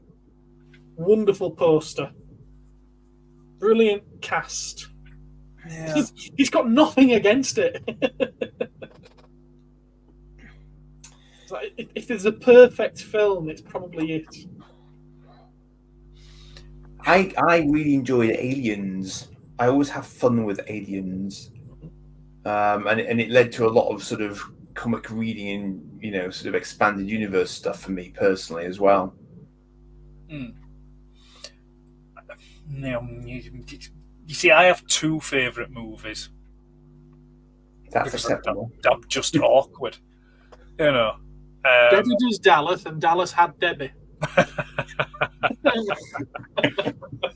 No, it's Mrs. That does not go there. No, no, it is.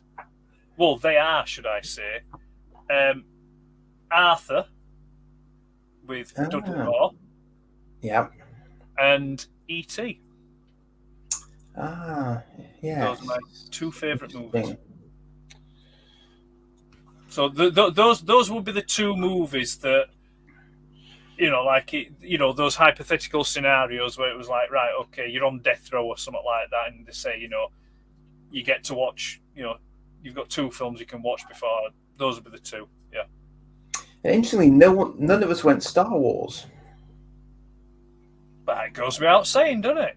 Yeah, but apart from Star Wars and Red Tails and Willow, what has George Lucas ever done for us? As much as I like Star Wars, I can acknowledge that they're actually not that good films.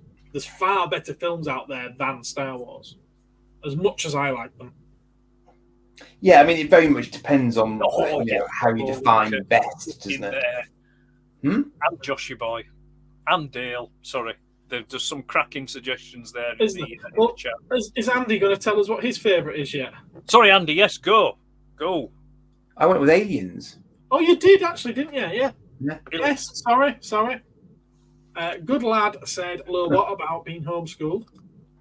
Was watching Star Wars lore and saw this live stream. That's how he found us." Oh, fair enough. Well, welcome aboard.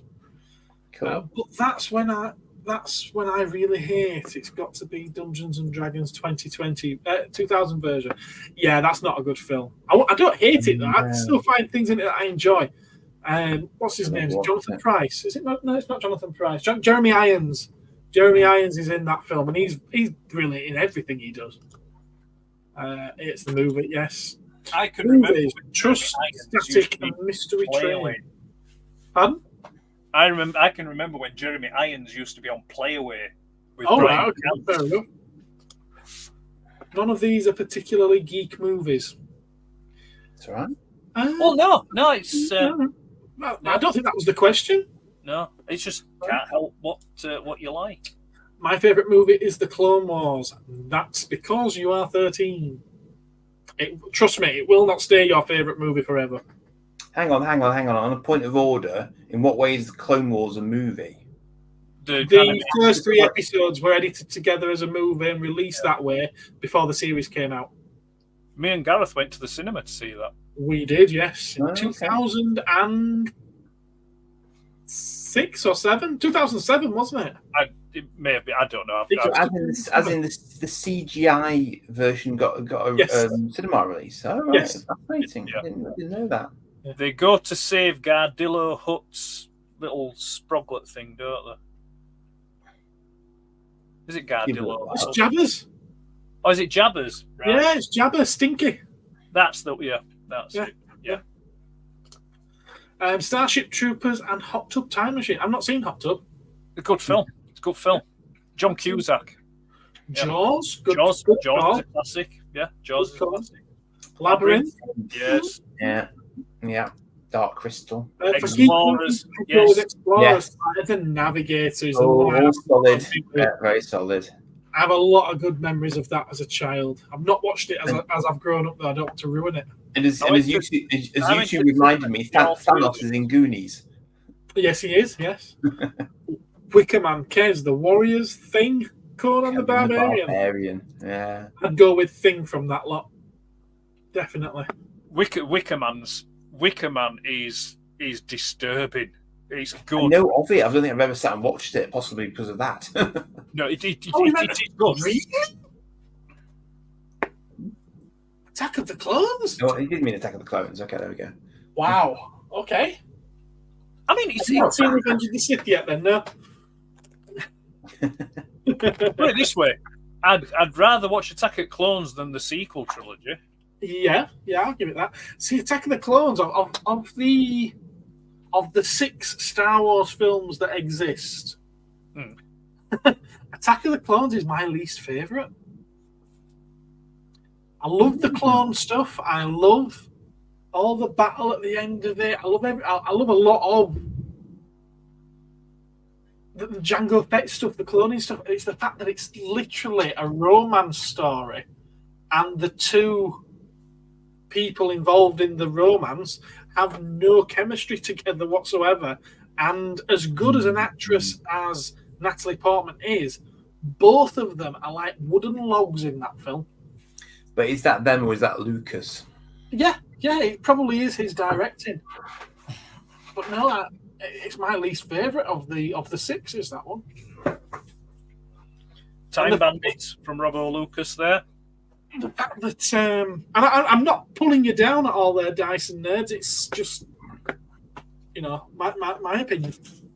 Time Bandits. I've got that, but I've not watched it yet. Whatever. Ever. Time Bandits. It's good. Good film. Time Bandits. know. I've got it. I can lend you it if you want to. No, I've got it. Have you got it? I'll get it watched then. Have you watched Hitchhiker's Galaxy and Robinson Crusoe on Mars yet? That's what we're looking at. Yeah, I still haven't watched Robinson Crusoe on Mars. I don't have Hitchhikers. You do have Hitchhikers. You've got my bloody copy of Hitchhikers. Have I? Yes, you have. Where's that then? That's Is it? I'm going to dig that out then, sorry. Yes. Your favourite movie is probably Jurassic Park. It's a good call. Yeah, it's good romp. It's a fun film. It's a fun film, definitely. My Old Dad's with Bill Burr. Okay. That is a good one, yes. Now, also, Bridge to Terabithia. I've seen that. Interesting, but I haven't ever seen it. Wasn't that quite a strange animation type thing? Yeah, it was something animated, I think. Yeah. I It think was like so, a Disney. yeah. It looked a little bit like a Disney film, but I'm not sure it was one. No, I think was it DreamWorks or something like that? Yeah, maybe. Who knows? We just don't know. Let's have a look. Oh, is it not animated? I thought it was animated. No, I think it is. I think it is live action, but it is fantasy. It was distributed by Walt Disney Pictures, but it's Paramount. Oh, Paramount. Okay. No, I think Anakin was 10. Was Anakin 10? And I think. Yeah, she was older. She was way older, wasn't she? No, I think she was. I don't think she was that much older than him. Oh, really? I think he was supposed to be 9 or 10 years old. What are we talking about here? I think she's about 14. Padme and Anakin. Oh, in Phantom Menace, he was 9 and she was 14. There's 5 years difference between them. Yeah, 5 years. Yeah. Which isn't weird once they're 10 years older, but it's weird at that point. I don't know. If I were 9-year-old, I was tapping a 14-year-old. I won't complain. 9-year-old, you should barely be able to get it up. All right, I've always been ready for She action. was about 11 when she met Vader. That's a weird way of putting it because he wasn't. Vader. Take care, Benjamin. I'll see you on Saturday. Another series of movies that are particular favourites of mine, but wouldn't be in that category of being my favourite. But and I have the box set down over there, and that's the Carry On films. Right, yes. I love the Carry On films. I do too, and that's why I say Carry On Columbus is one of the worst ones ever because it's terrible. Yeah, Carry On Columbus isn't great. It isn't great. It would have been better had Mr. Frankie Howard not passed away because he was supposed to play Columbus in that. But they not that there's anything wrong with Jim Dale, but it just yeah. They drafted Jim Dale back into it wasn't it wasn't as good as the original. But to be fair, even in the original run, I didn't like Carry On Emmanuel because that was trying to copy it was trying to cash in and copy the Confessions films with Robin Asquith. It's like Confessions of a Window Cleaner and stuff like that. And I wasn't that over keen either on Carry On England as well, which was the army base one.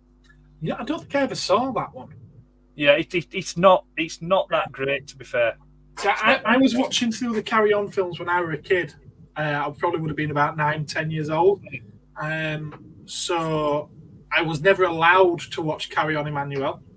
Right. Yeah, you could probably imagine why.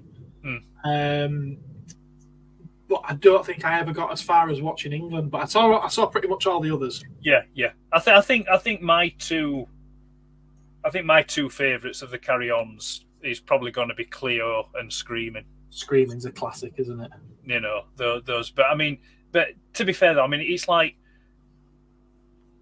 with Carry On films, it's Crying tonight. Yeah, it's like trying to pick a favourite child, because they're all good. They're all good. That original. Apart from those autistic ones, Emmanuel. Apart from the autistic ones, Emmanuel and Columbus. Yeah, well, like I say, Emmanuel it was terrible like thing to say, Gareth. It was. Sorry, I don't mean to offend anybody. What's that?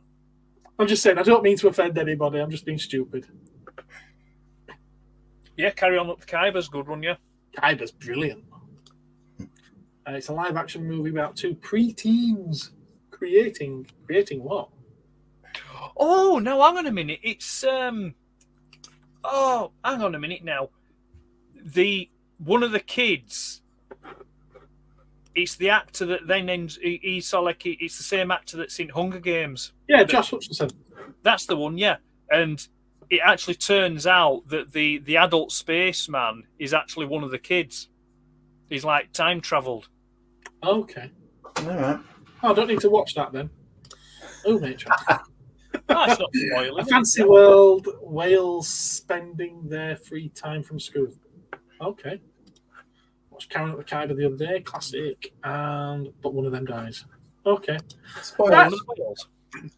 Anyway, are we going to bring this to an end? Yeah. Yes. We could probably go on for an hour, but I think Andy's ready for bed. No, I'm kind of feeling ready for bed. They all need to clear off now. Go on, bugger off the lot of you. Dyson Nerds has got to get up for school in the morning. You what, sorry? His commute is zero, so that's okay. Yeah, fair enough. Yeah, I suppose you could have a lie-in. You don't have to go to school, does it? Right, okay. Good night, everybody. It's been wonderful. Thanks for joining me. Thanks for tuning in. Thank you very much. We'll catch you another time. What am I going to put on? What are we going to say goodbye with? I prefer Crunchy Nut Cornflakes. Not over keen on Cheerios. Au revoir. Good night, everyone. Bye-bye. That is enterprise.